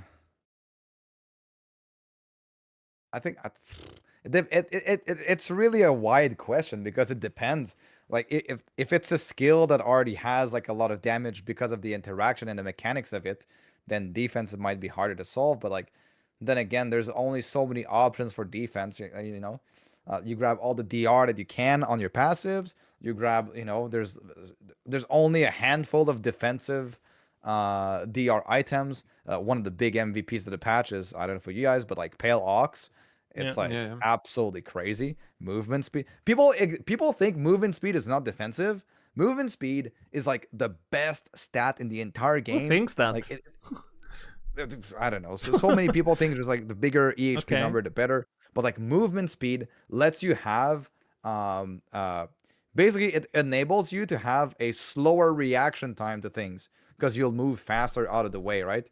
So if there's a big AoE that spawns onto you, if you're giga fast on your character and then your brain is kind of slow, you beat them up you AI, can like, you know, like wait for half a second and then click, and your character still goes out of the way. So it's like it mitigates having a slow reaction time to things. It's like it makes you much more skillful. You feel like you're really skillful in the game, but that's because your character is so fast. But yeah, movement speed. It has strength. It has DR. It's like I'm always looking for like, okay, how much DR can I get with items? That is why like red rings are so valuable. Shattered Worlds are so valuable. You know, like stuff like Titan Heart, Pale Ox, Null Portento, you know, Immortal Vise, stuff like that. And then I'm looking at getting as much armor mitigation as possible, and applying this to dots as well. And I think defense is pretty easily solvable, but like not all builds actually get access to a lot of those things altogether, right? Yeah. I mean, I think also block is very interesting as a subject because whenever I see a build that doesn't have access to max block, I'm always like, what am I gonna do on this build? Like it's yeah. It's like where's the defense on this build? How is it gonna be tanky? Yeah, it's like I better do a shit ton of damage or I'm going next. You know, like, for sure. It's actually pretty interesting that we talk about block because actually I was talking with Misha today, and she was actually doing a Corsair set full block marksman for the acid trapper, but after putting in the numbers, because basically marksman does not have much access to a lot of damage mitigation, and you can't use the body armor because you use Elico's whatever it is, what it's called, the above, like the EHP numbers were actually kind of not that great. It like even with full 100% block and over 2000 block effect. Yeah, but that's marksman, bro. Like yeah. But it was like, you know, when I think of block, I'm like, okay, I'm gonna be giga tank against hits at least. And that one was like, I mean, it's fine. And you do have access to dodge and stuff like that, but I would be kind of scared of playing it in hardcore, just because I know that if I get hit, that hit might kill me actually. It's interesting. For softcore though, it's quite nice with the dodge chance as well being as high as it is, right? Yeah, but I also feel like even though like getting the base of both is pretty simple, like min-maxing it like slightly, there's actually it's actually quite tough, you know. Like for example, I had a guy today who sent me his erasing strike, you know, and he had like double tier 7 weapon, double tier 7 immortal wise. He had pretty fucking good gear, right? But we changed one blessing, one affix on a ring, and a few small idols, and the armor went from 3k to 7k, and he lost 50 mana. Yeah. So it's like, I also find quite funny. A lot of people say the game is not deep, but I mean, if you can get that level of gear, it means you're pretty fucking knowledgeable about the game, right? You're a grinder at least, right? Even if you're following a guide, and the fact that there's that much room of improvement with like these little changes, and again, you were talking about this at the beginning of the podcast too, where like you were saying like the with the Rody build, the Serpent Venom, like literally changing a small thing could like giga, like suddenly like what the fuck, you know? So I don't know. I'm personally normally more excited about defense in general, because I think it's, I don't know, it's just like, you know, getting it seems a bit more. You know, you have to balance damage versus dots and versus hits and versus that, where damage is just damage, right? It's just one big pull, boom, boom, boom. But I mean, damage, I think, I think damage there's also like certain like min maxing to do on it with AOE and stuff, but yeah, that's true. Defense is also about like it's not about like putting your damage not your damage, your EHP number higher and higher. It also comes in hands with like sustain. Like you have to, like if you have high EHP but then trash sustain, it's not gonna be like super tanky. And it's always that play where you have to find a way to combine the two, so you have like really high sustain, but at the same time enough EHP to not get one shot. And yeah, it depends on the build. Some have a lot of dodge, some have a lot of armor, that kind of stuff. Sustain is so OP. I mean, we've been talking about it, I think, on every podcast. But how is Vessel not taking off? You know, like on builds that get haste already, like Vessel is like so underutilized. Like people are gonna find some, if you dig into Vessel, you're gonna find some crazy shit, I feel, especially on builds that don't need the haste from Shatter Worlds. It's just gonna be insane. Yeah, you can make a Vessel build extremely tanky, like very tanky and very good recovery as well. Another thing that I wanted to talk about too is like, okay, you know, you find the interaction, you find the thing you like, you find maybe the item you like, right? Because, you know, we're getting quite a few new uniques each patch, right? Sometimes you just see a unique and you go like, oh, let's see what I can use this. Or if you're familiar with an old build, maybe a new unique can make the build good suddenly, right? And for example, we were talking about Hail of Arrows, and you know, Hail of Arrows has always been playable and stuff. But the fact that you can now get the new quiver, and then you have the Heartseeker helmet, and you have all of this, suddenly with those two items, the build, you know, small changes here and there, and the build, you know, goes to the moon. It's crazy. Like, and if you don't have pre-knowledge of that build, would you make that connection? You know what I'm saying? Yeah. I mean, there are people who are going to discover that from scratch, but it's true that you build upon your knowledge, and you're much faster at, like, you literally see the item on patch note, and you're like, okay, that build is going to be OP with that item. Which ties with the ownership thing, right? It's like the original the Hail of Arrows builds that I was playing today compared to the first Hail of Arrows builds that I got from Tank 4 years ago. The only thing they share is the name, pretty much, you know. Where do you draw the line, you know, of like up until here, you know, this is copyright, you know, and you know, copyright, holy. Yeah, because if you go back, if you go enough back in time, everything is owned by the, you know, the first person who played or whatever. You know, it's just like a chain reaction thingy. Yeah. Build ownership doesn't exist at all. Yeah, exactly. Like at all. Like. Now I tell you, I think why some people get mad about this.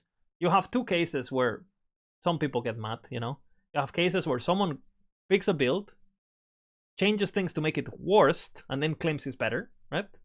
That, you know, it can be. We've seen this. Yeah, that can be a bit drama, you know, like we're farming some drama. It's not a big deal, whatever, you know, no one cares. But then I think the other case is even more interesting. Like someone makes a guide about something, but it's shit, right? And then someone goes, hey, this is shit, but has potential. And then someone with more knowledge, with more blah, blah, blah, goes, takes the build, makes it better. And then the person who didn't have the knowledge, who didn't see it, obviously has that moment of like, fuck, how didn't I see this? And you have you have two ways to react to this. You either get frustrated and you blame the person for stealing, or you thank them and you implement it, right? Dude, every time Misha comes and say, oh, by the way, hello Varus, if you do this, you triple your damage. I go like, wait, how the fuck didn't I think about removing that note? And like, thanks, and you just upload the build. Thank you, my build is better now. Thank you. So, you can't.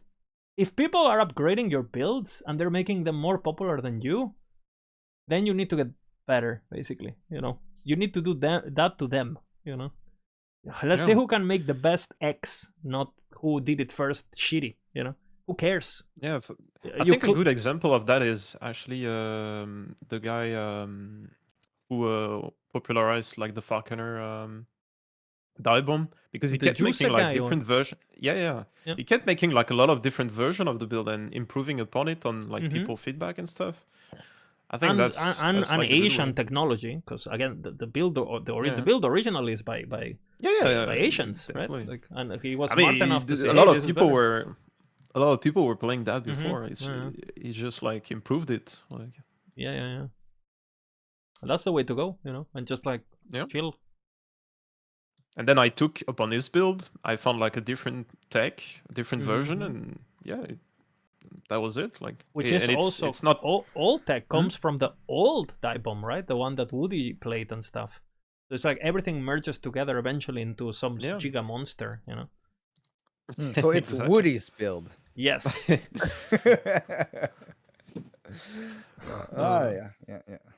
Thank God. The whole thing of build ownership is just quite funny. There's bad etiquette. There's people like just basically yoink, like make another. I don't know. Like the good etiquette is just shouting out, giving like, okay, this I've seen this going around by this guy, and then boom, and then you can talk about what you did, right? That's another good point bringing up in chat, that I feel like if someone makes a build and they showcase it, but they told you, or they're not gonna make a guide because they're not build makers. They just like upload gameplay, or they just post a clip on Reddit and they don't give a fuck. They're just showing off his character.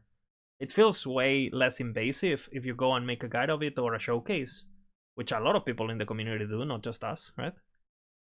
It feels way less invasive that if you just go and someone who's you have, for example, the Frozen Sentinel stuff, right? He's working on his fucking T-pose mage for 2 fucking weeks trying to get the fucking Uber Abaroth kill. Bro, let him have his build, you know what I'm saying? But if it's something that is just like there in the internet lost, people don't know about it, it feels kind of like, especially us as a platform, it feels like it's kind of like our duty almost to like share it with the people, no? That brings to another thing here, where Maxroll if a build pops up in the community, right? Something like Javelin, something like the Serpent Venom, should Maxroll take it and cover it?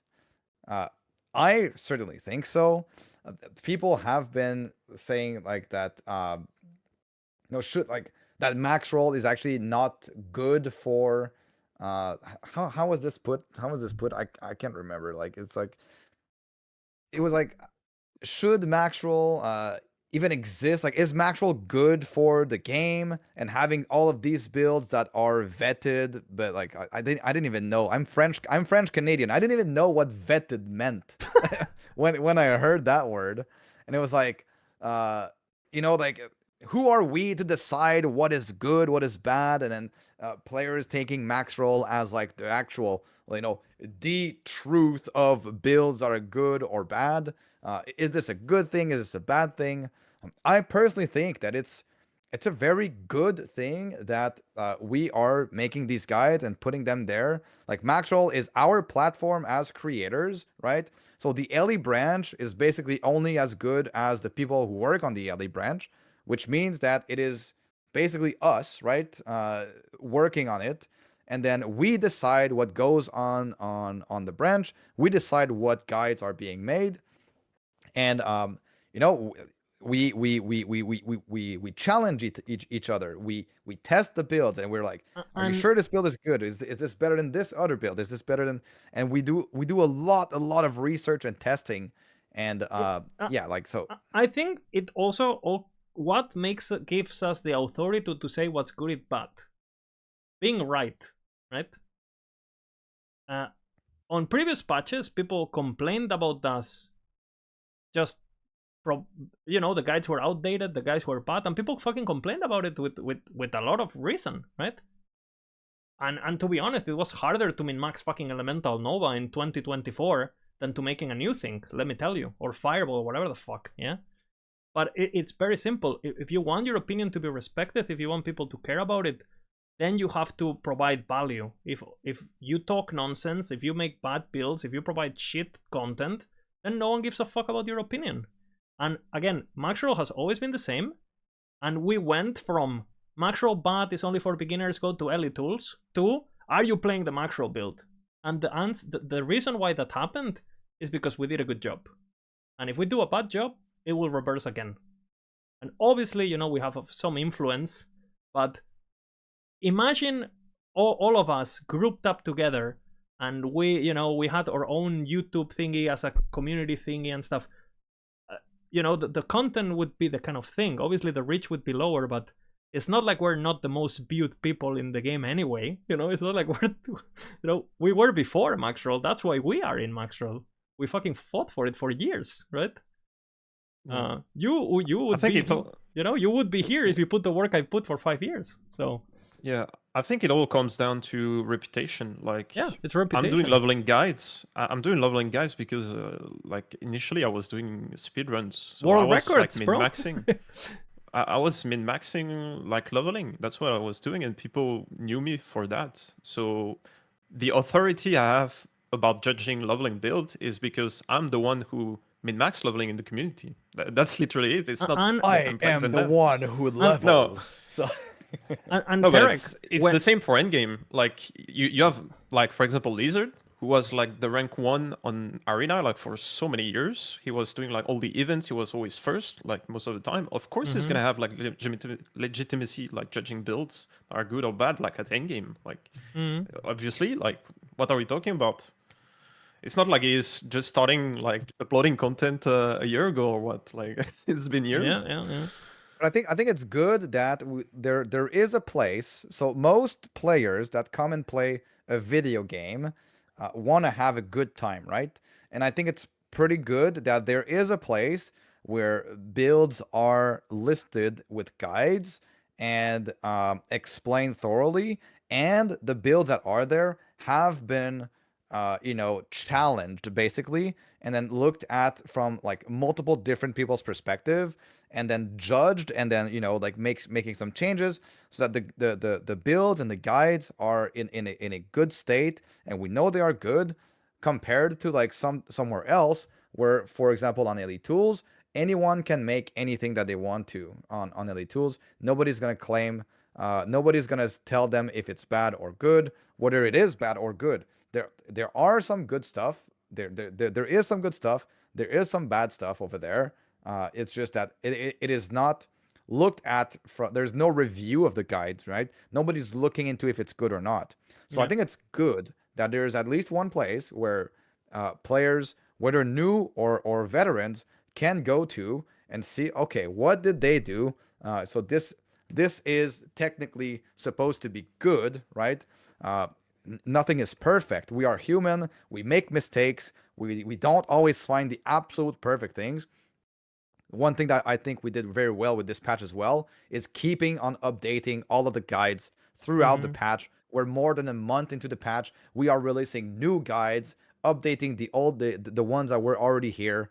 Like I think we did a really good job with this specific patch with the Ellie branch, and yeah, I'm proud of the work that we did. Honestly, and I'm really proud. Being open to feedback, being open to research. Hey, someone upgraded my build. Hey, put it on the guide, put it on the changelog. Thanks, Misha, for this puncture thingy. Boom. Who cares?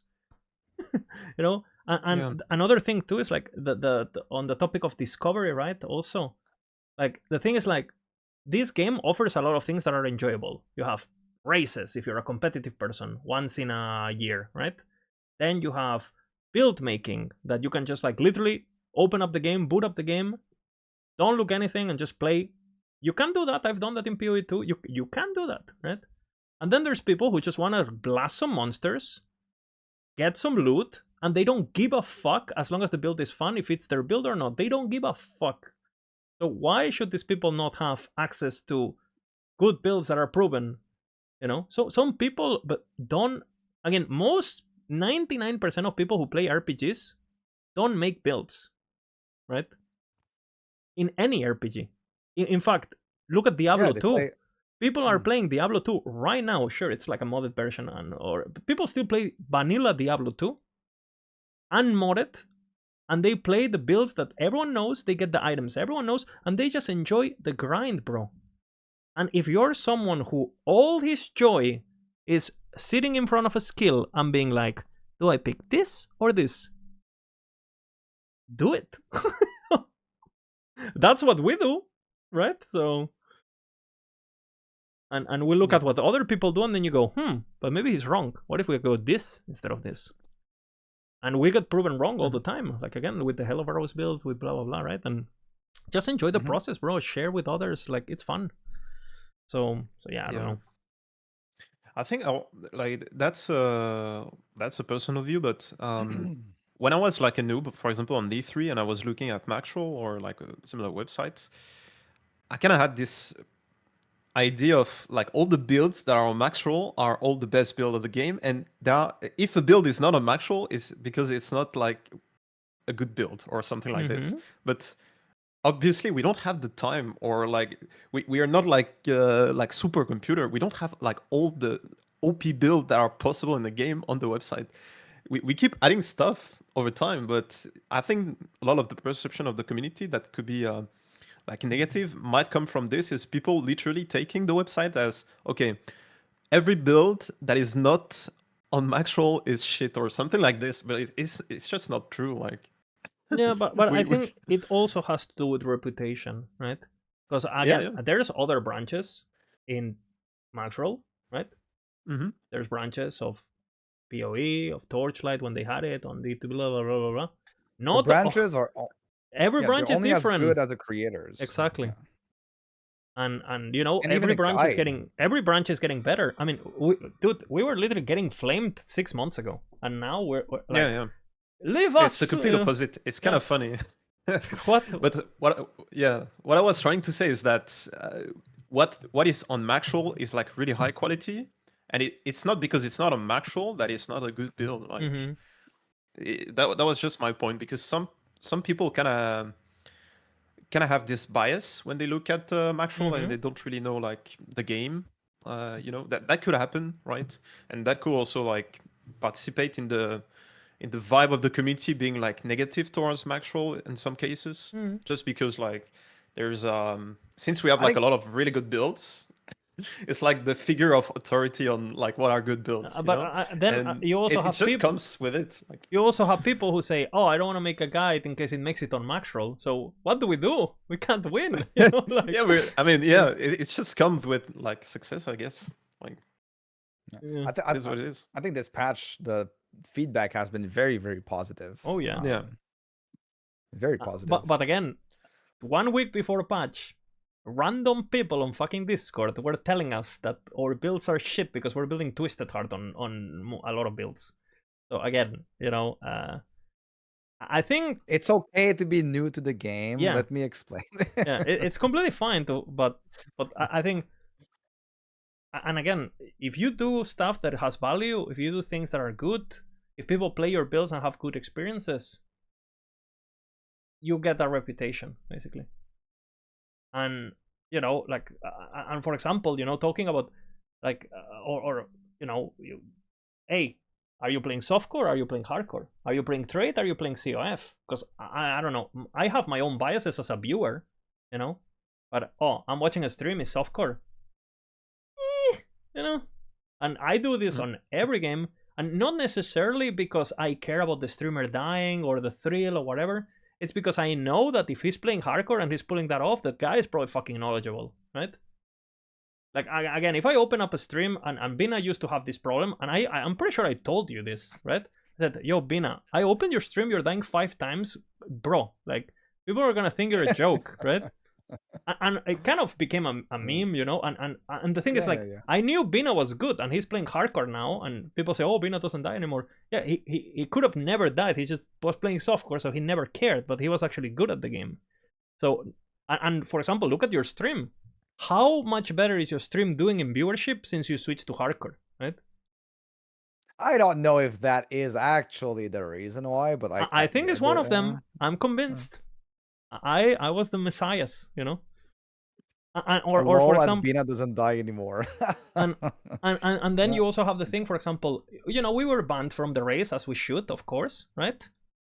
But you know, again, dude, I'm not even like super trying. I'm going to sleep every day after 10 hours of stream, but I go to sleep every day, rank 1 since season 1 started.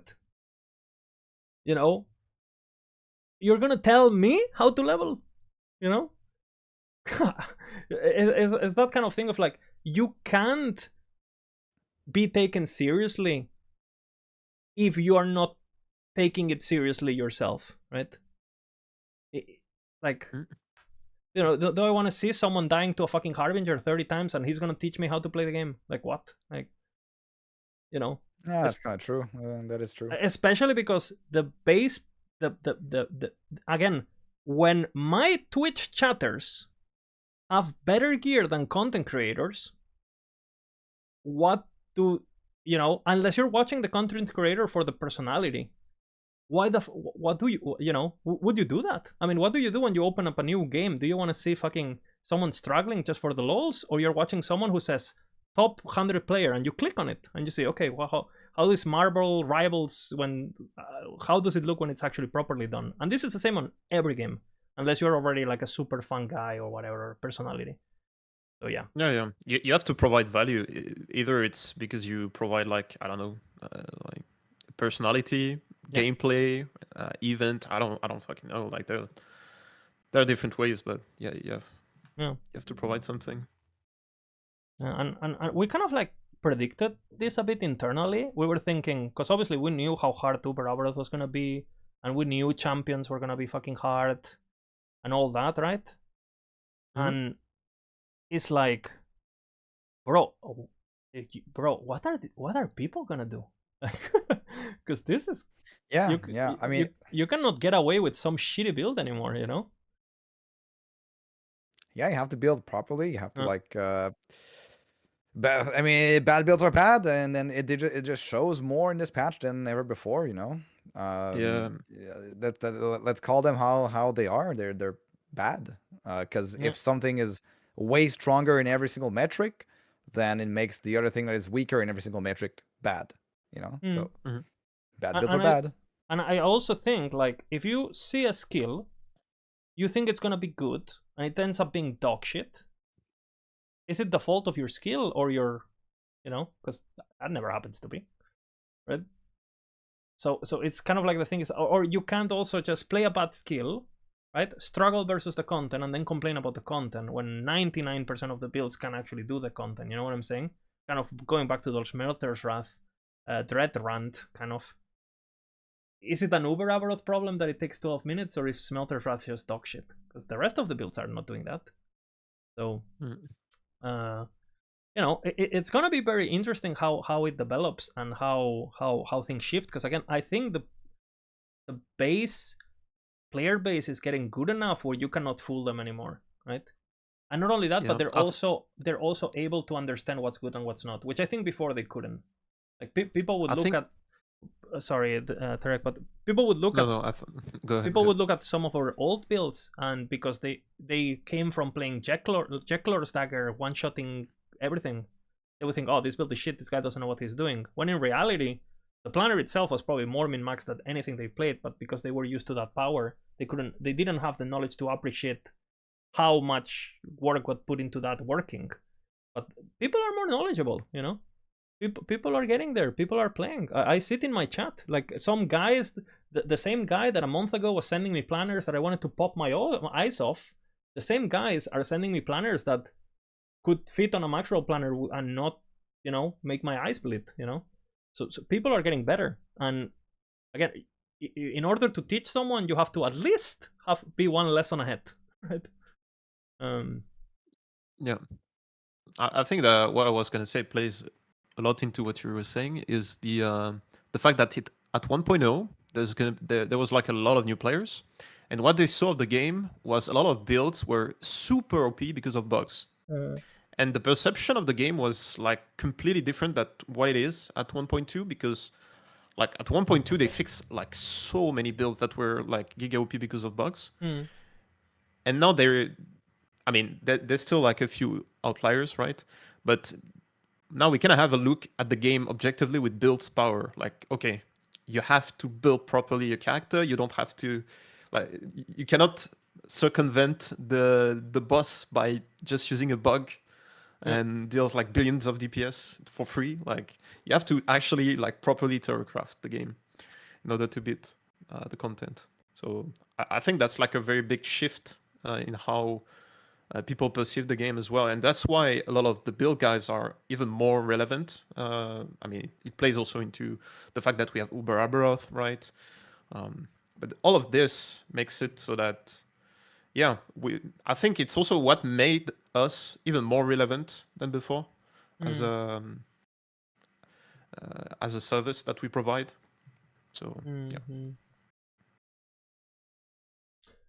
Yeah, we could talk this about hours and we all have our own opinions about this, but yeah, I would just say, like, and again, like I say this every Discord, but I mean, like I approached Derek back in the day because when I wanted to learn about leveling, I watched Derek, because I wasn't a fast leveler back then. I focused on arena.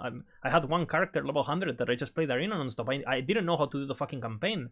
And again, sometimes I'm watching people who've been playing the game for 4 years. They're doing the campaign. They still talk to the NPCs they shouldn't talk.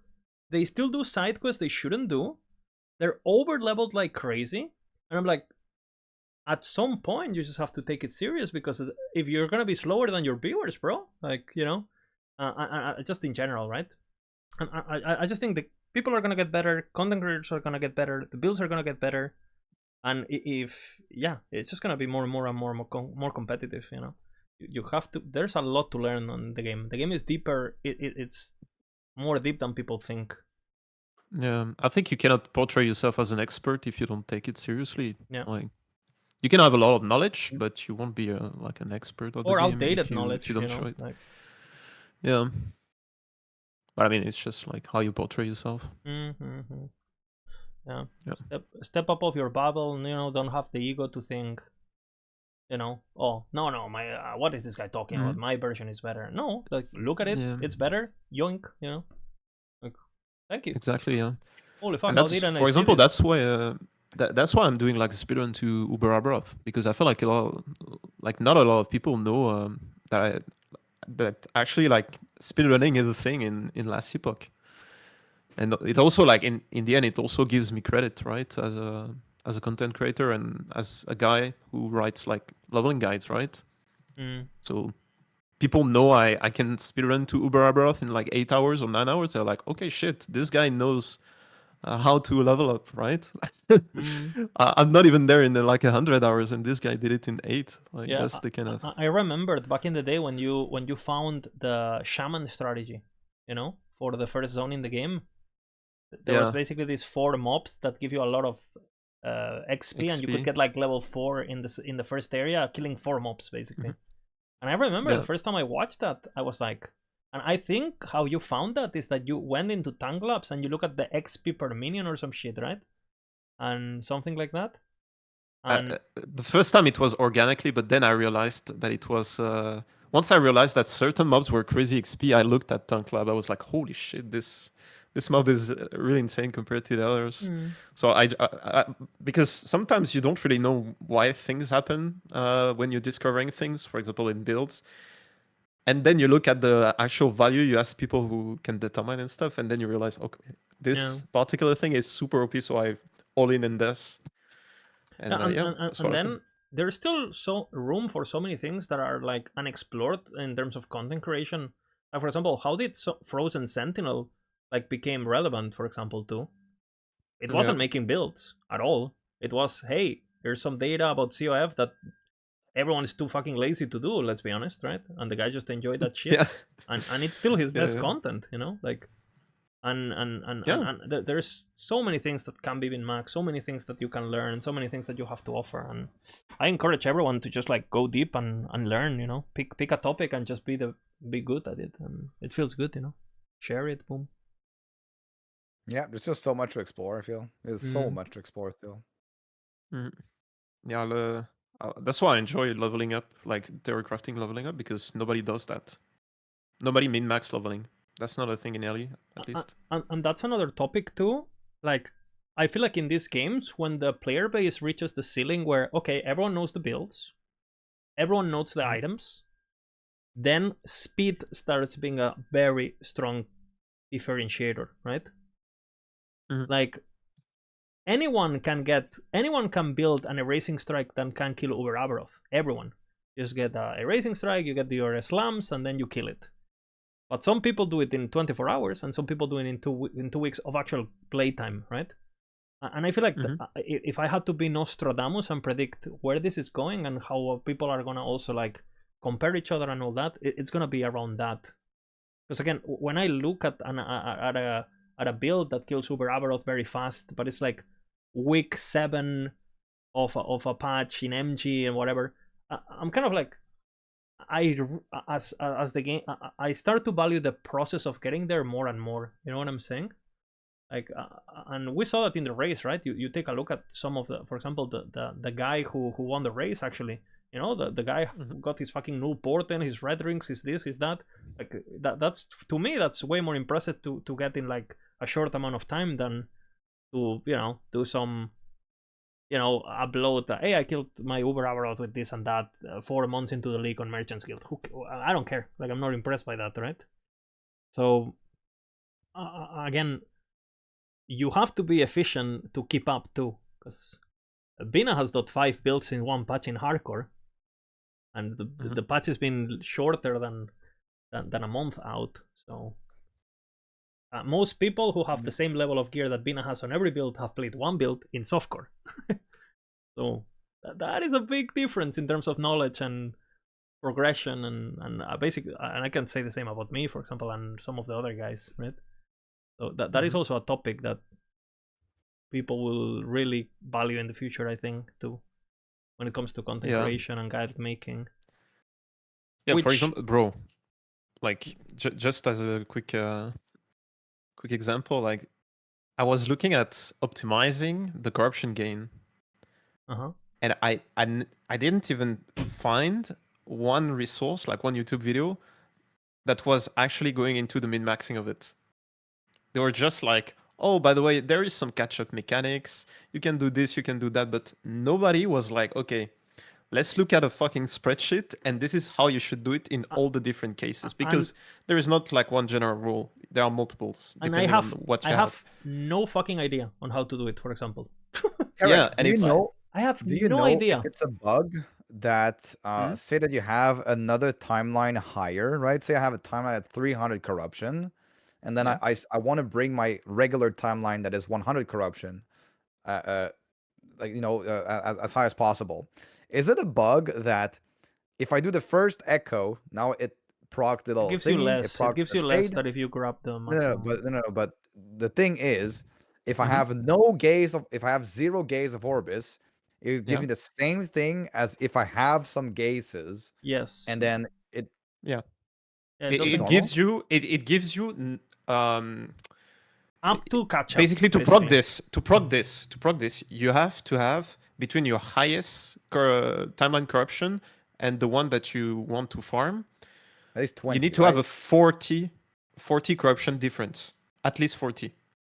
Okay. If you have 40 difference in terms of corruption, then it takes that difference and gives you 95%. I have no idea about this. But that that 95%, the +6 from the shade is taken into account.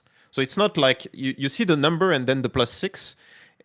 It's not the number is not the 95%. The 95% is the number and the +6. All of that And combined. your gazes as well. If you have gazes, but like if I'm that's like don't rushing, use them, I don't know. basically. That's what I thought was a bug, is that you get the same whether you have 0 gaze or if you have I 4 see what you gaze. mean. It's So not. the It's not gaze kind of supposed to like give you take the more. same space as the. Yeah. I guess it might be a bug, but I've in a reported way, it, but, like, I was wondering. yeah, it might be a bug, but I think in a way it's also like the fact that it's a catch-up mechanic makes it so that it's in the name. Yeah, catch up. Yeah. I also abuse a lot of the fact that if you have at least 8 gazes, it forces the proc of a shade. Yeah. So I'll always abuse this to farm corruption super fast. You get glyphs, boom, boom, boom, right? Kill the boss 2 times, and then boom. Yeah, I see. Yeah, I've never done that. It's like super fast. For example, to get to 300 corruption to 500 corruption, it takes me an hour. And if I'm optimizing, it takes me even less. Like if I have a lot of what is it, glyphs of envy. Dude, I'm so slow with that because I always go for my blessings. I'm chilling, I'll eventually learn that. I guess I'll do a fresh run or something. It's also like hardcore and softcore is different. Hardcore and speed running to Uber Abaroth is different, right? I mean, I'm literally corpse rushing, bro. Like a mob breathe and I die. Like that's what we were talking about. But it's also like giga RNG. Like the amount of RNG involved into speedrunning Uber Abaroth is insane. Like the chance of getting needles is so low. Like it's absurd. Like before getting to, I don't know what is the amount of corruption where it's guaranteed, but I think it's pretty high. It's something like 600 or 800 corruption to guarantee the needle.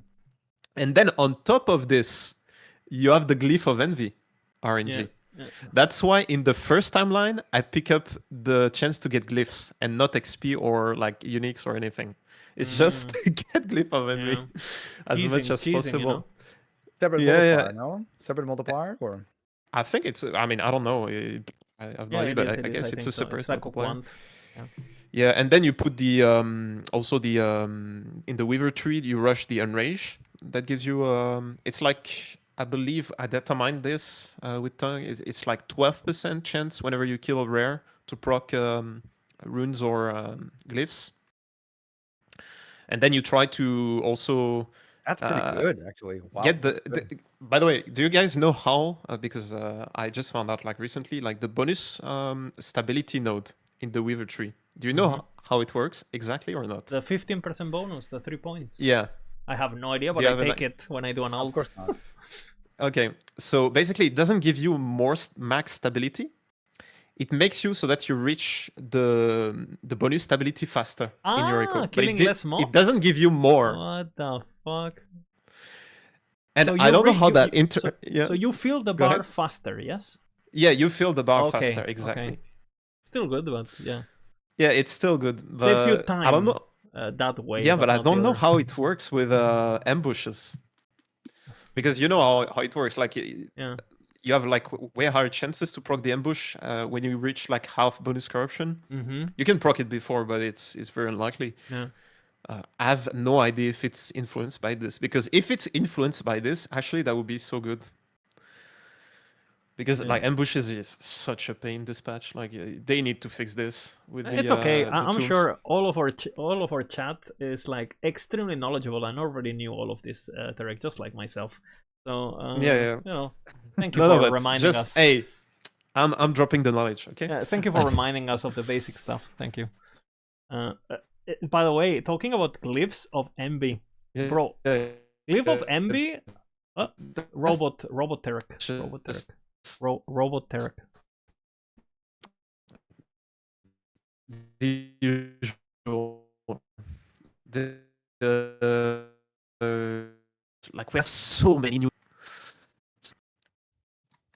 Robot. Hello. Robot Tarek. Yes. Are you back? Yeah. What the? Discord. I'm at I think we have to create 5,000 milliseconds Can ping on the video call. A new call. I don't know what's going on. Okay, new call. Guys, we have been we're being boarded by Russia, you know? Hello? Hello. Yeah, okay, we it's good. working Better now. Yeah. Yeah, the usual Discord stuff. I have to change the Professional fucking streamer. webcams again. Fucking hell. I was talking about how like the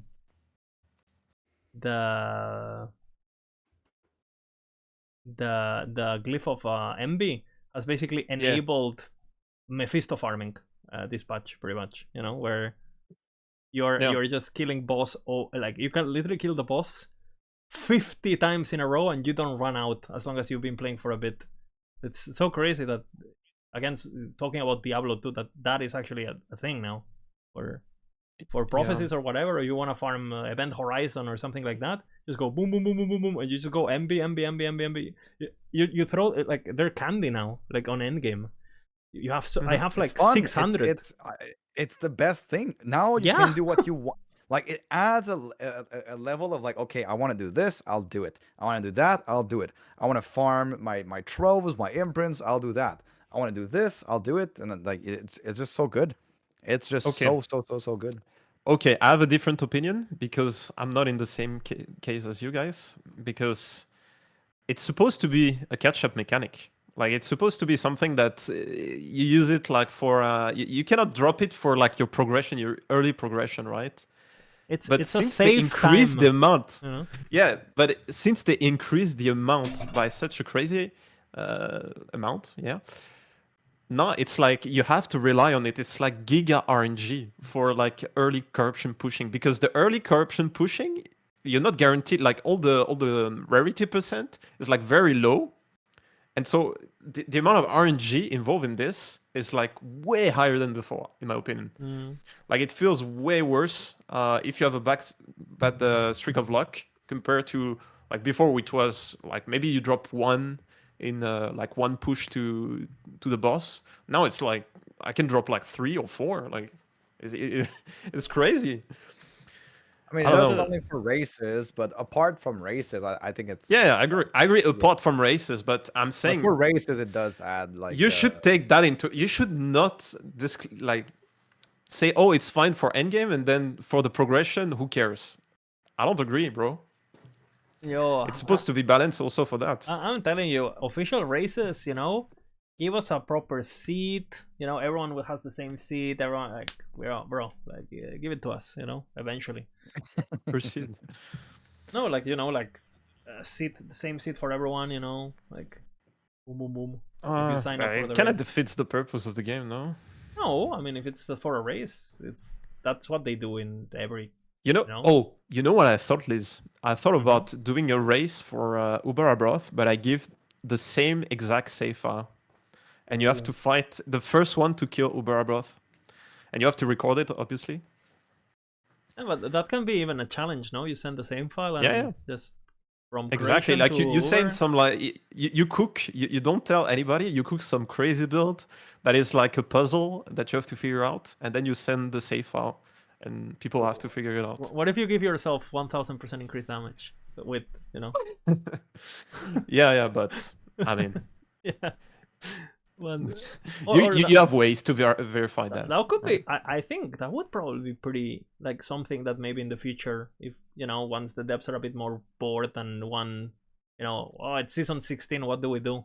Like, you know, creating some sort of challenge modes, you know, after a patch where the devs, you know, you can enter up like _333 _ your name or whatever, and it creates a character that everyone has the same, and you know, you compete or whatever. I don't know, you know, kind of like a seat thingy, you know, kind of like what people do in Mario Maker and Fortnite maps and things like that, where, you know, people just in Diablo 3 with exactly the Rift.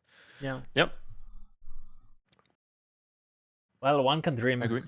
I mean, they even do it in PoE with the events where they have like exactly the same mods at the same locations. They are not randomized. Yeah. Some are, no? Rare.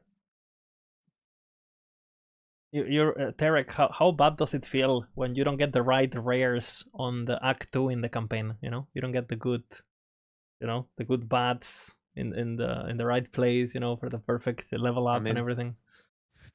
Bro, when you don't get like a movement speed boot for like 4 chapters, you're like, what the fuck? There's something going wrong. Yeah, people are talking about Z's Gauntlet and things like that. I wonder if he will ever pull this out in this game. I think he had a good experience and he was happy with how the event did here. So yeah, hopefully, you know. Dude, imagine with the like Uber Abaroth with mods, like. Bro, I wonder if the depths would be open, because they've been pretty open with him. You know, they made an item with him. They did the squirrels. They did the helmet. Like they for sure like him and what he does for the game, right? So I wonder if they will give him more tools than what he's used to. You know what I'm saying? In the future, that would be pretty hype. Like if they actually, I don't know. I don't think the devs are like opposed to ideas like this. It's just a matter of priority. And the fact that Ziz gives a lot of exposure to the game with events like this, like it's really well known, and it also gives like legitimacy to the game, right? In terms of hardcore players. So yeah, it weights a lot more in the balance, right? Like yeah, I wouldn't be surprised to find that in the future there's gonna be some sort of events like that. That'll be sick, bro. Wouldn't be surprised. You've heard it here first. Guaranteed gauntlets in last Epoch. It's coming. Yes. I wish. Yeah. I wish. But the good thing about Gauntlet is that you don't have the bullshit with CT, all right? It's like usually end of the. I think it's end of the league. Maybe I'm wrong, but it's not like at the start of the league. So, and you can prepare, but everybody is equal for this. Yeah, that'll be very cool. And I've seen some people suggesting that too.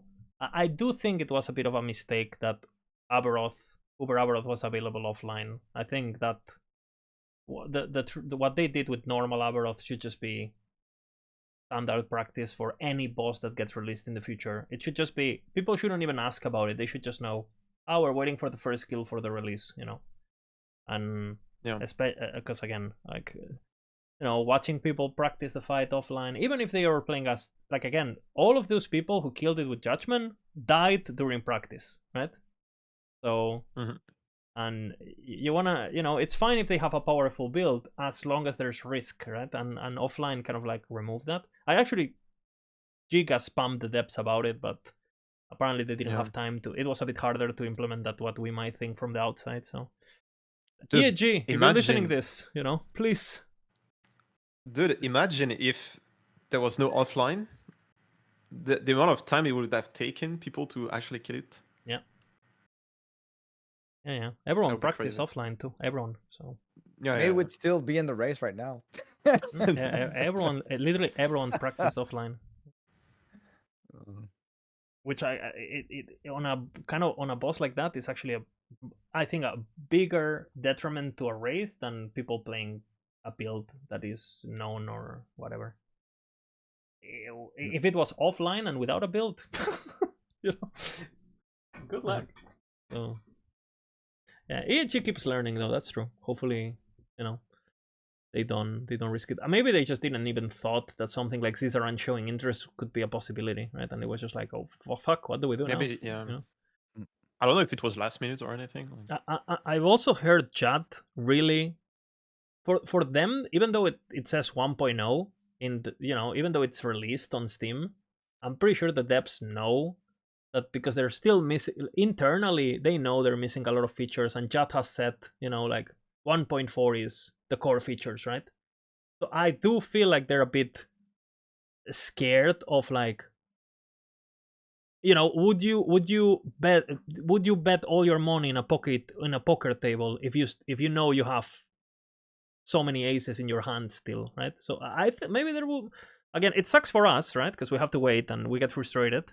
But I mean, they're not retarded, right? So who knows? I mean, for me, 1.2 was kind of 1.0. Like this patch. This feels like 1.0 for sure. Yeah. This feels like an actual, like, real good state for last Epoch, and like it has pretty much all the core features. They're adding like more stuff with the skill sigils. The campaign is not done, so they're gonna be finish the campaign and stuff. But it feels like a real game now. It feels like a really a good state for an ARPG to be in.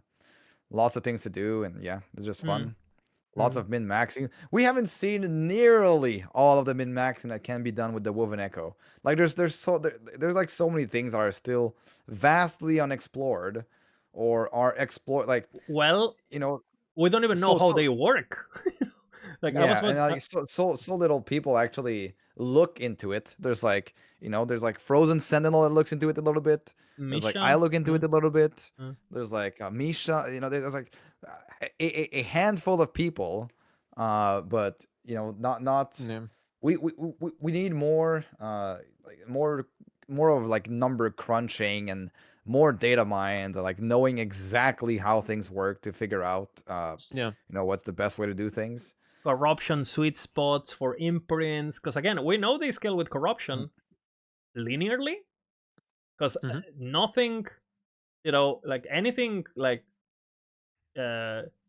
drop related that drops from a mechanic is not, right? Like there's the rarity that scales forever, but everything else has a soft cap in the game. Everything else, like boss drops, LP, everything, right? So I'd be surprised if EAG have just went, oh yeah, let's this be the one thing we don't cap. Yeah, I'd be surprised knowing them. So because they don't want to incentivize people going harder and harder and harder, right? And then there's this other topic. I will actually watch your video, Bina, which if you guys haven't seen, you should watch, like the how to farm everything video on his YouTube. But for example, something like rarity, we know rarity is basically more and better items. It's like a quantity/quality kind of buff. How the fuck does that work? Nobody fucking knows exactly. Nobody fucking knows. So we know it's sort of like you drop more stuff so that you like it does increase your odds of finding everything because you drop how much? more. 1%. But it's yeah. Because I don't.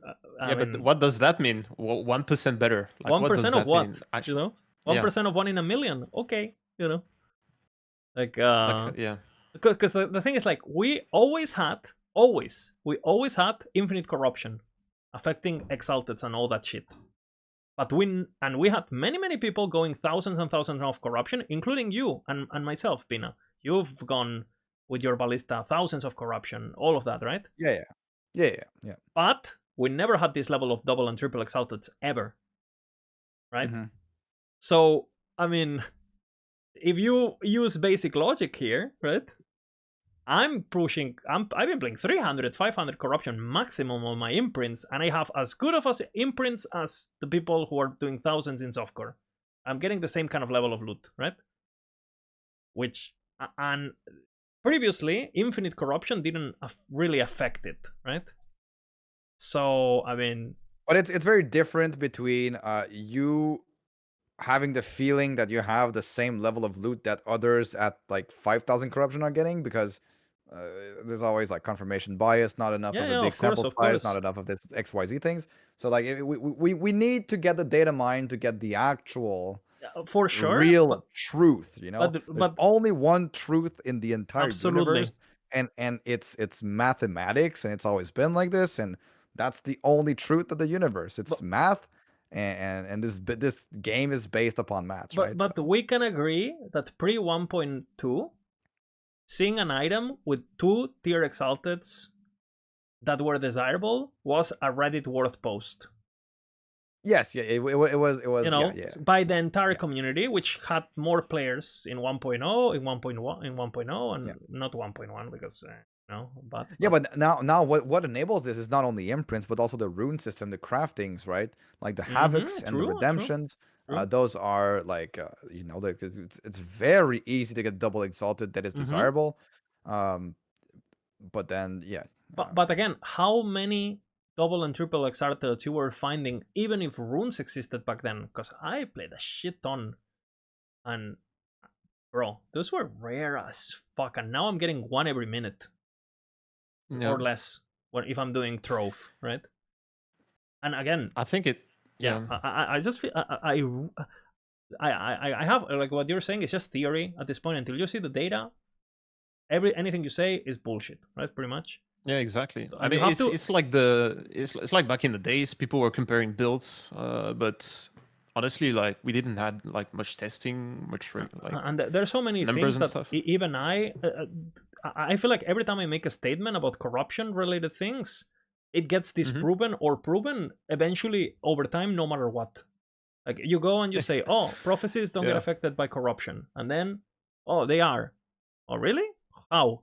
So then you're telling me that doing prophecies on dungeons then is absolutely retarded because there's no corruption. So why are they, or Nemesis? Yeah. Does Nemesis kill with corruption? People are I've saying seen someone saying yes, and I'm like, how? Like, what is? I have no. I play this game 10,000 fucking hours plus. I have no fucking idea. Like, is it a dev that commented it, or is it no. your feeling, or? Yeah, and not only that, but then one dev says yes, and the other dev says no. You're like, okay, or they say, by the way, how many times have you seen during this patch, only this patch, Mike or someone from the dev team type, imprints are working as intended. I've tested multiple drops and there's no bugs. And the next day, we have fixed the bug that prevented imprints from not dropping. Bro, nobody knows shit. As far as I know, imprints are still bugged. We're getting too much loot. No. Nobody knows shit, I feel. It's so I want to also like talk about like a different subject, but it's kind of the same topic in a sense. Is the fact that for example, when I was like speedrunning to Empowered like back in the day, I tried looking into people actually having data on times on like different layouts and different objectives, and there is absolutely zero data on the internet about this. And I found it crazy because I come from PoE. In PoE, all the fucking maps are like people have so many data. They are like literally like I don't know how about hundreds and hundreds of data on like specific map layout, how much time it takes, is it worth it and stuff. And we don't have that culture in LE at all. Even though it's like literally the same, bro. If I see like a layout that is shit, it's gonna take me 3 minutes. Why would I want to do it instead of like a layout that takes me like a minute? And this will like happen objectively eventually. It's like way worse. Like it will happen eventually. Nobody has data on this. Because I think the reason why people do that stuff in PoE, first of all, there's more people, so more nerds, right? And second of all, there's giga scarcity if you play SSF. So you have to be efficient, otherwise you don't get shit. And I think it's more about trade, right? Yeah, and trade is super competitive, exactly, right?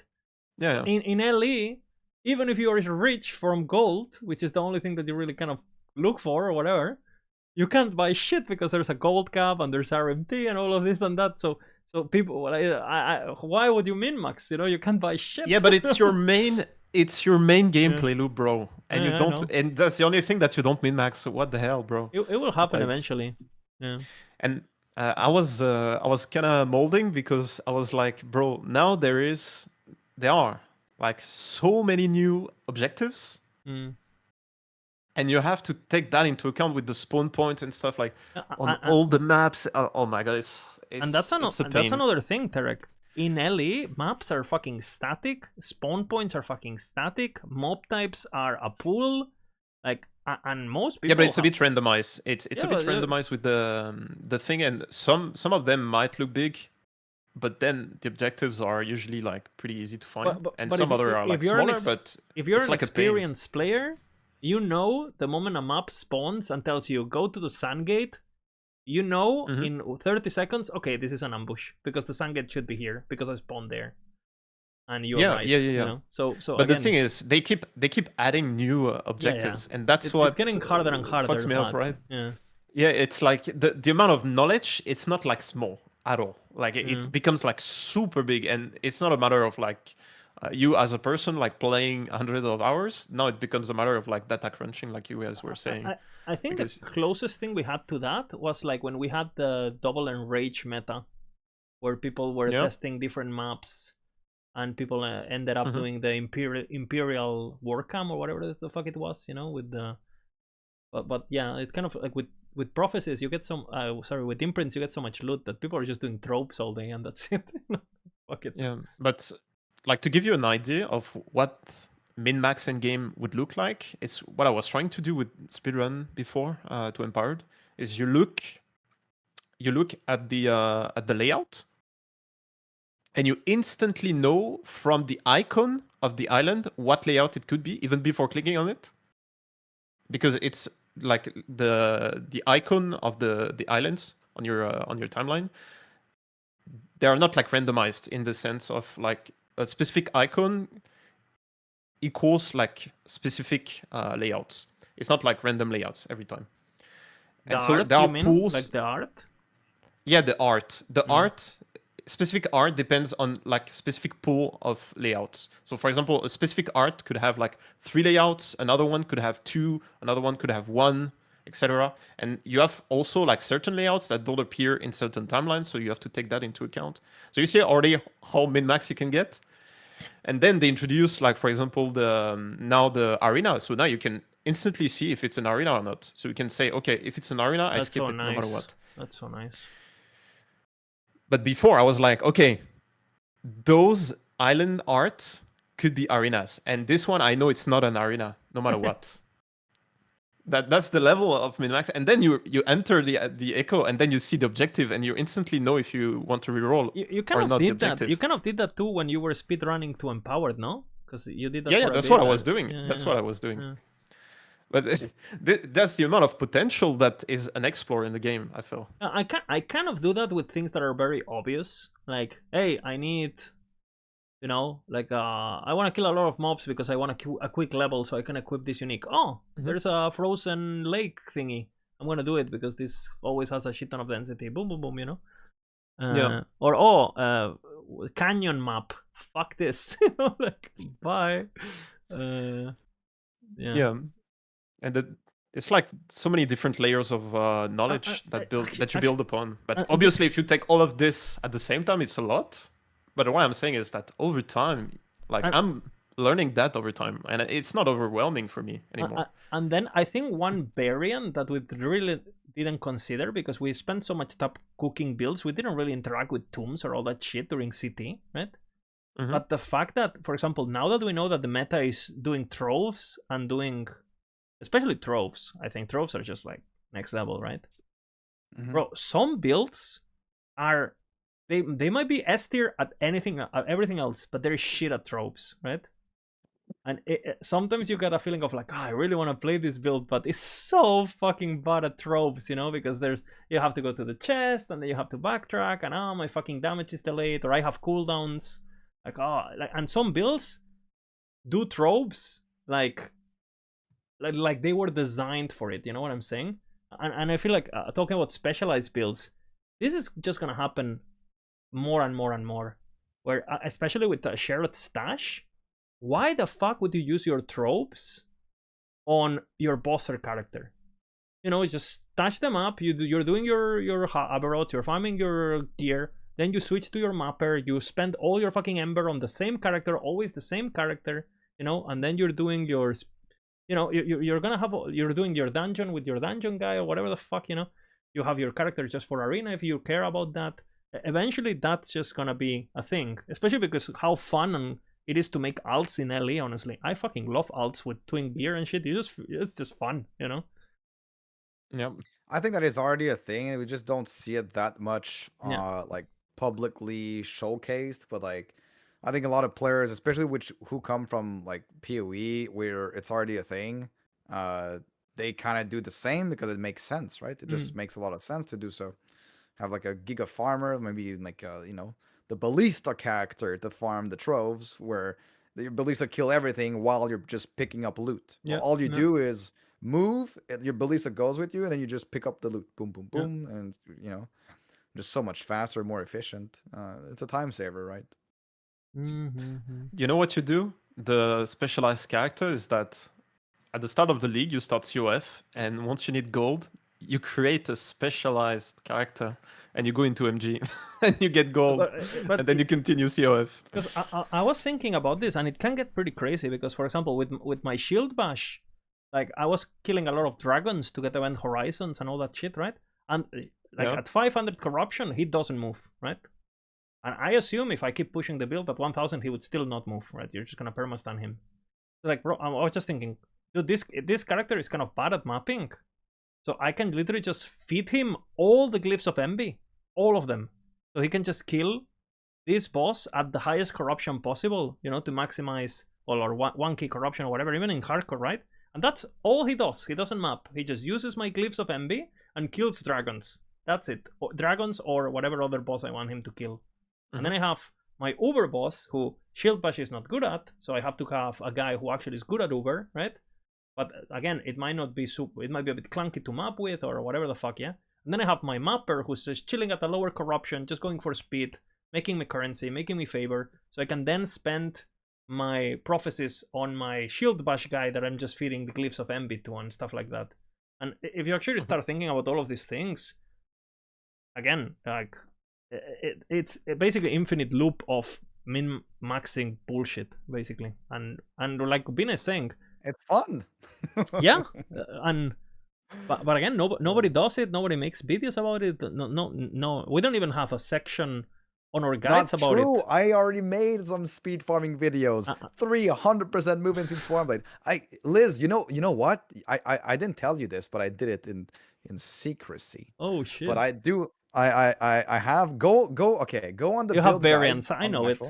Go on the build guides. Yes. Go check Serpent Venom. Go check Serpent Venom. Go into the gearing section. Go into the gearing section. Okay. I'm going. Tell me what you see. Oh shit, the variants. Speed farm this variant. Is eventually just gonna happen 100%, right? Yeah, for on sure, every build. For sure. I mean, this build is quite bad at clear, but it can go fast and still have a lot of damage and tankiness.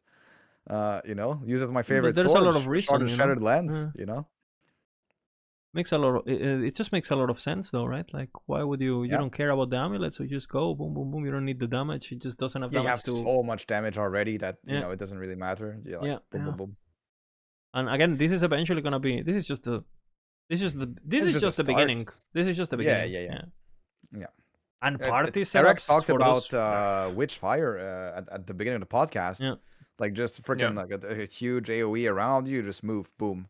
You move and pick up loot, you know? Anything that can kill monsters while you pick up loot is gonna be the best. But the more I play the patch, the more I think like, oh man, if I had to make a character right now, I would think, is it good at doing troves? Because I'm gonna have to do a lot of them. You know? Yeah. Dude, also, one thing is, I don't know if it's gonna stay in the game, but the Rune Prison Complex XP is absolutely crazy. And they're for sure gonna fix that, by the way.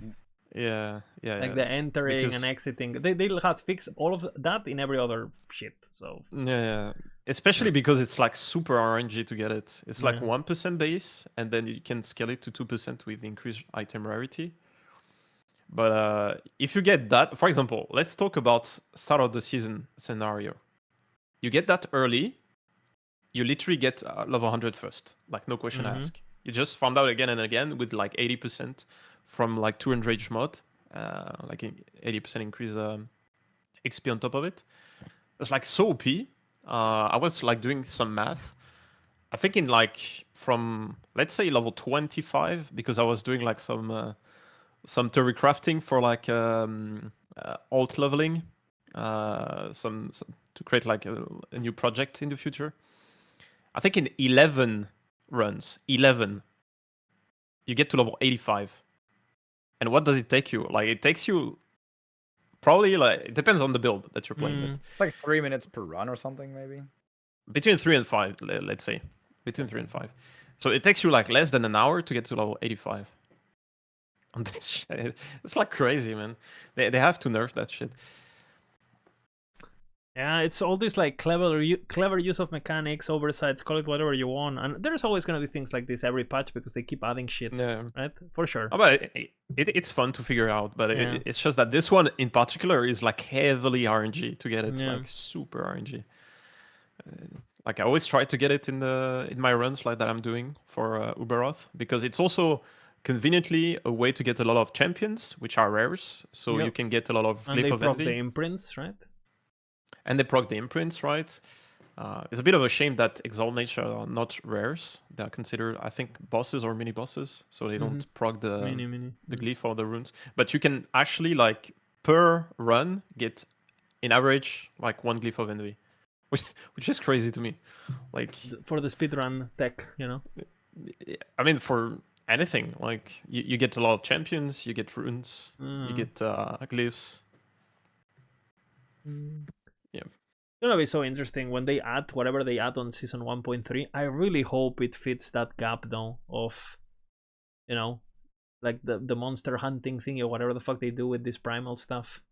I really hope is that, you know, I really hope they kind of like nerf us enough, especially on everything, basically everything above. Liz, there's no way they nerf us. There is no way they nerf us. I mean, Like, DPS remove wise. that from your mind. Yeah, they're gonna nerf There's no way. Falconeer, There's no way. and they're gonna nerf Time Rod for sure. Erasing Strike, they're gonna do it. Yeah, but there's gotta be new stuff. Like, yeah, but that's what I'm saying. Like, they gotta nerf the base power and then give us. I mean, they're gonna add primordial uniques for sure, right?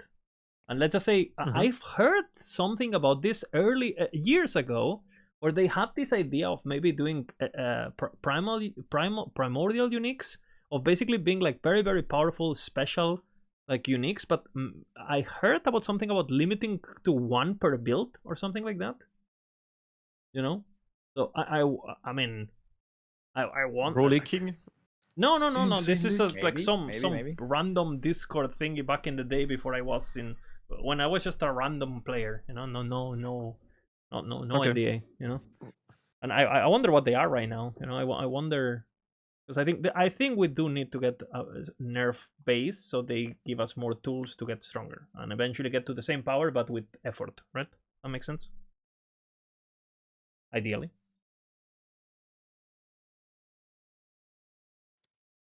Yeah. Sorry, I got a message. Yes, I agree.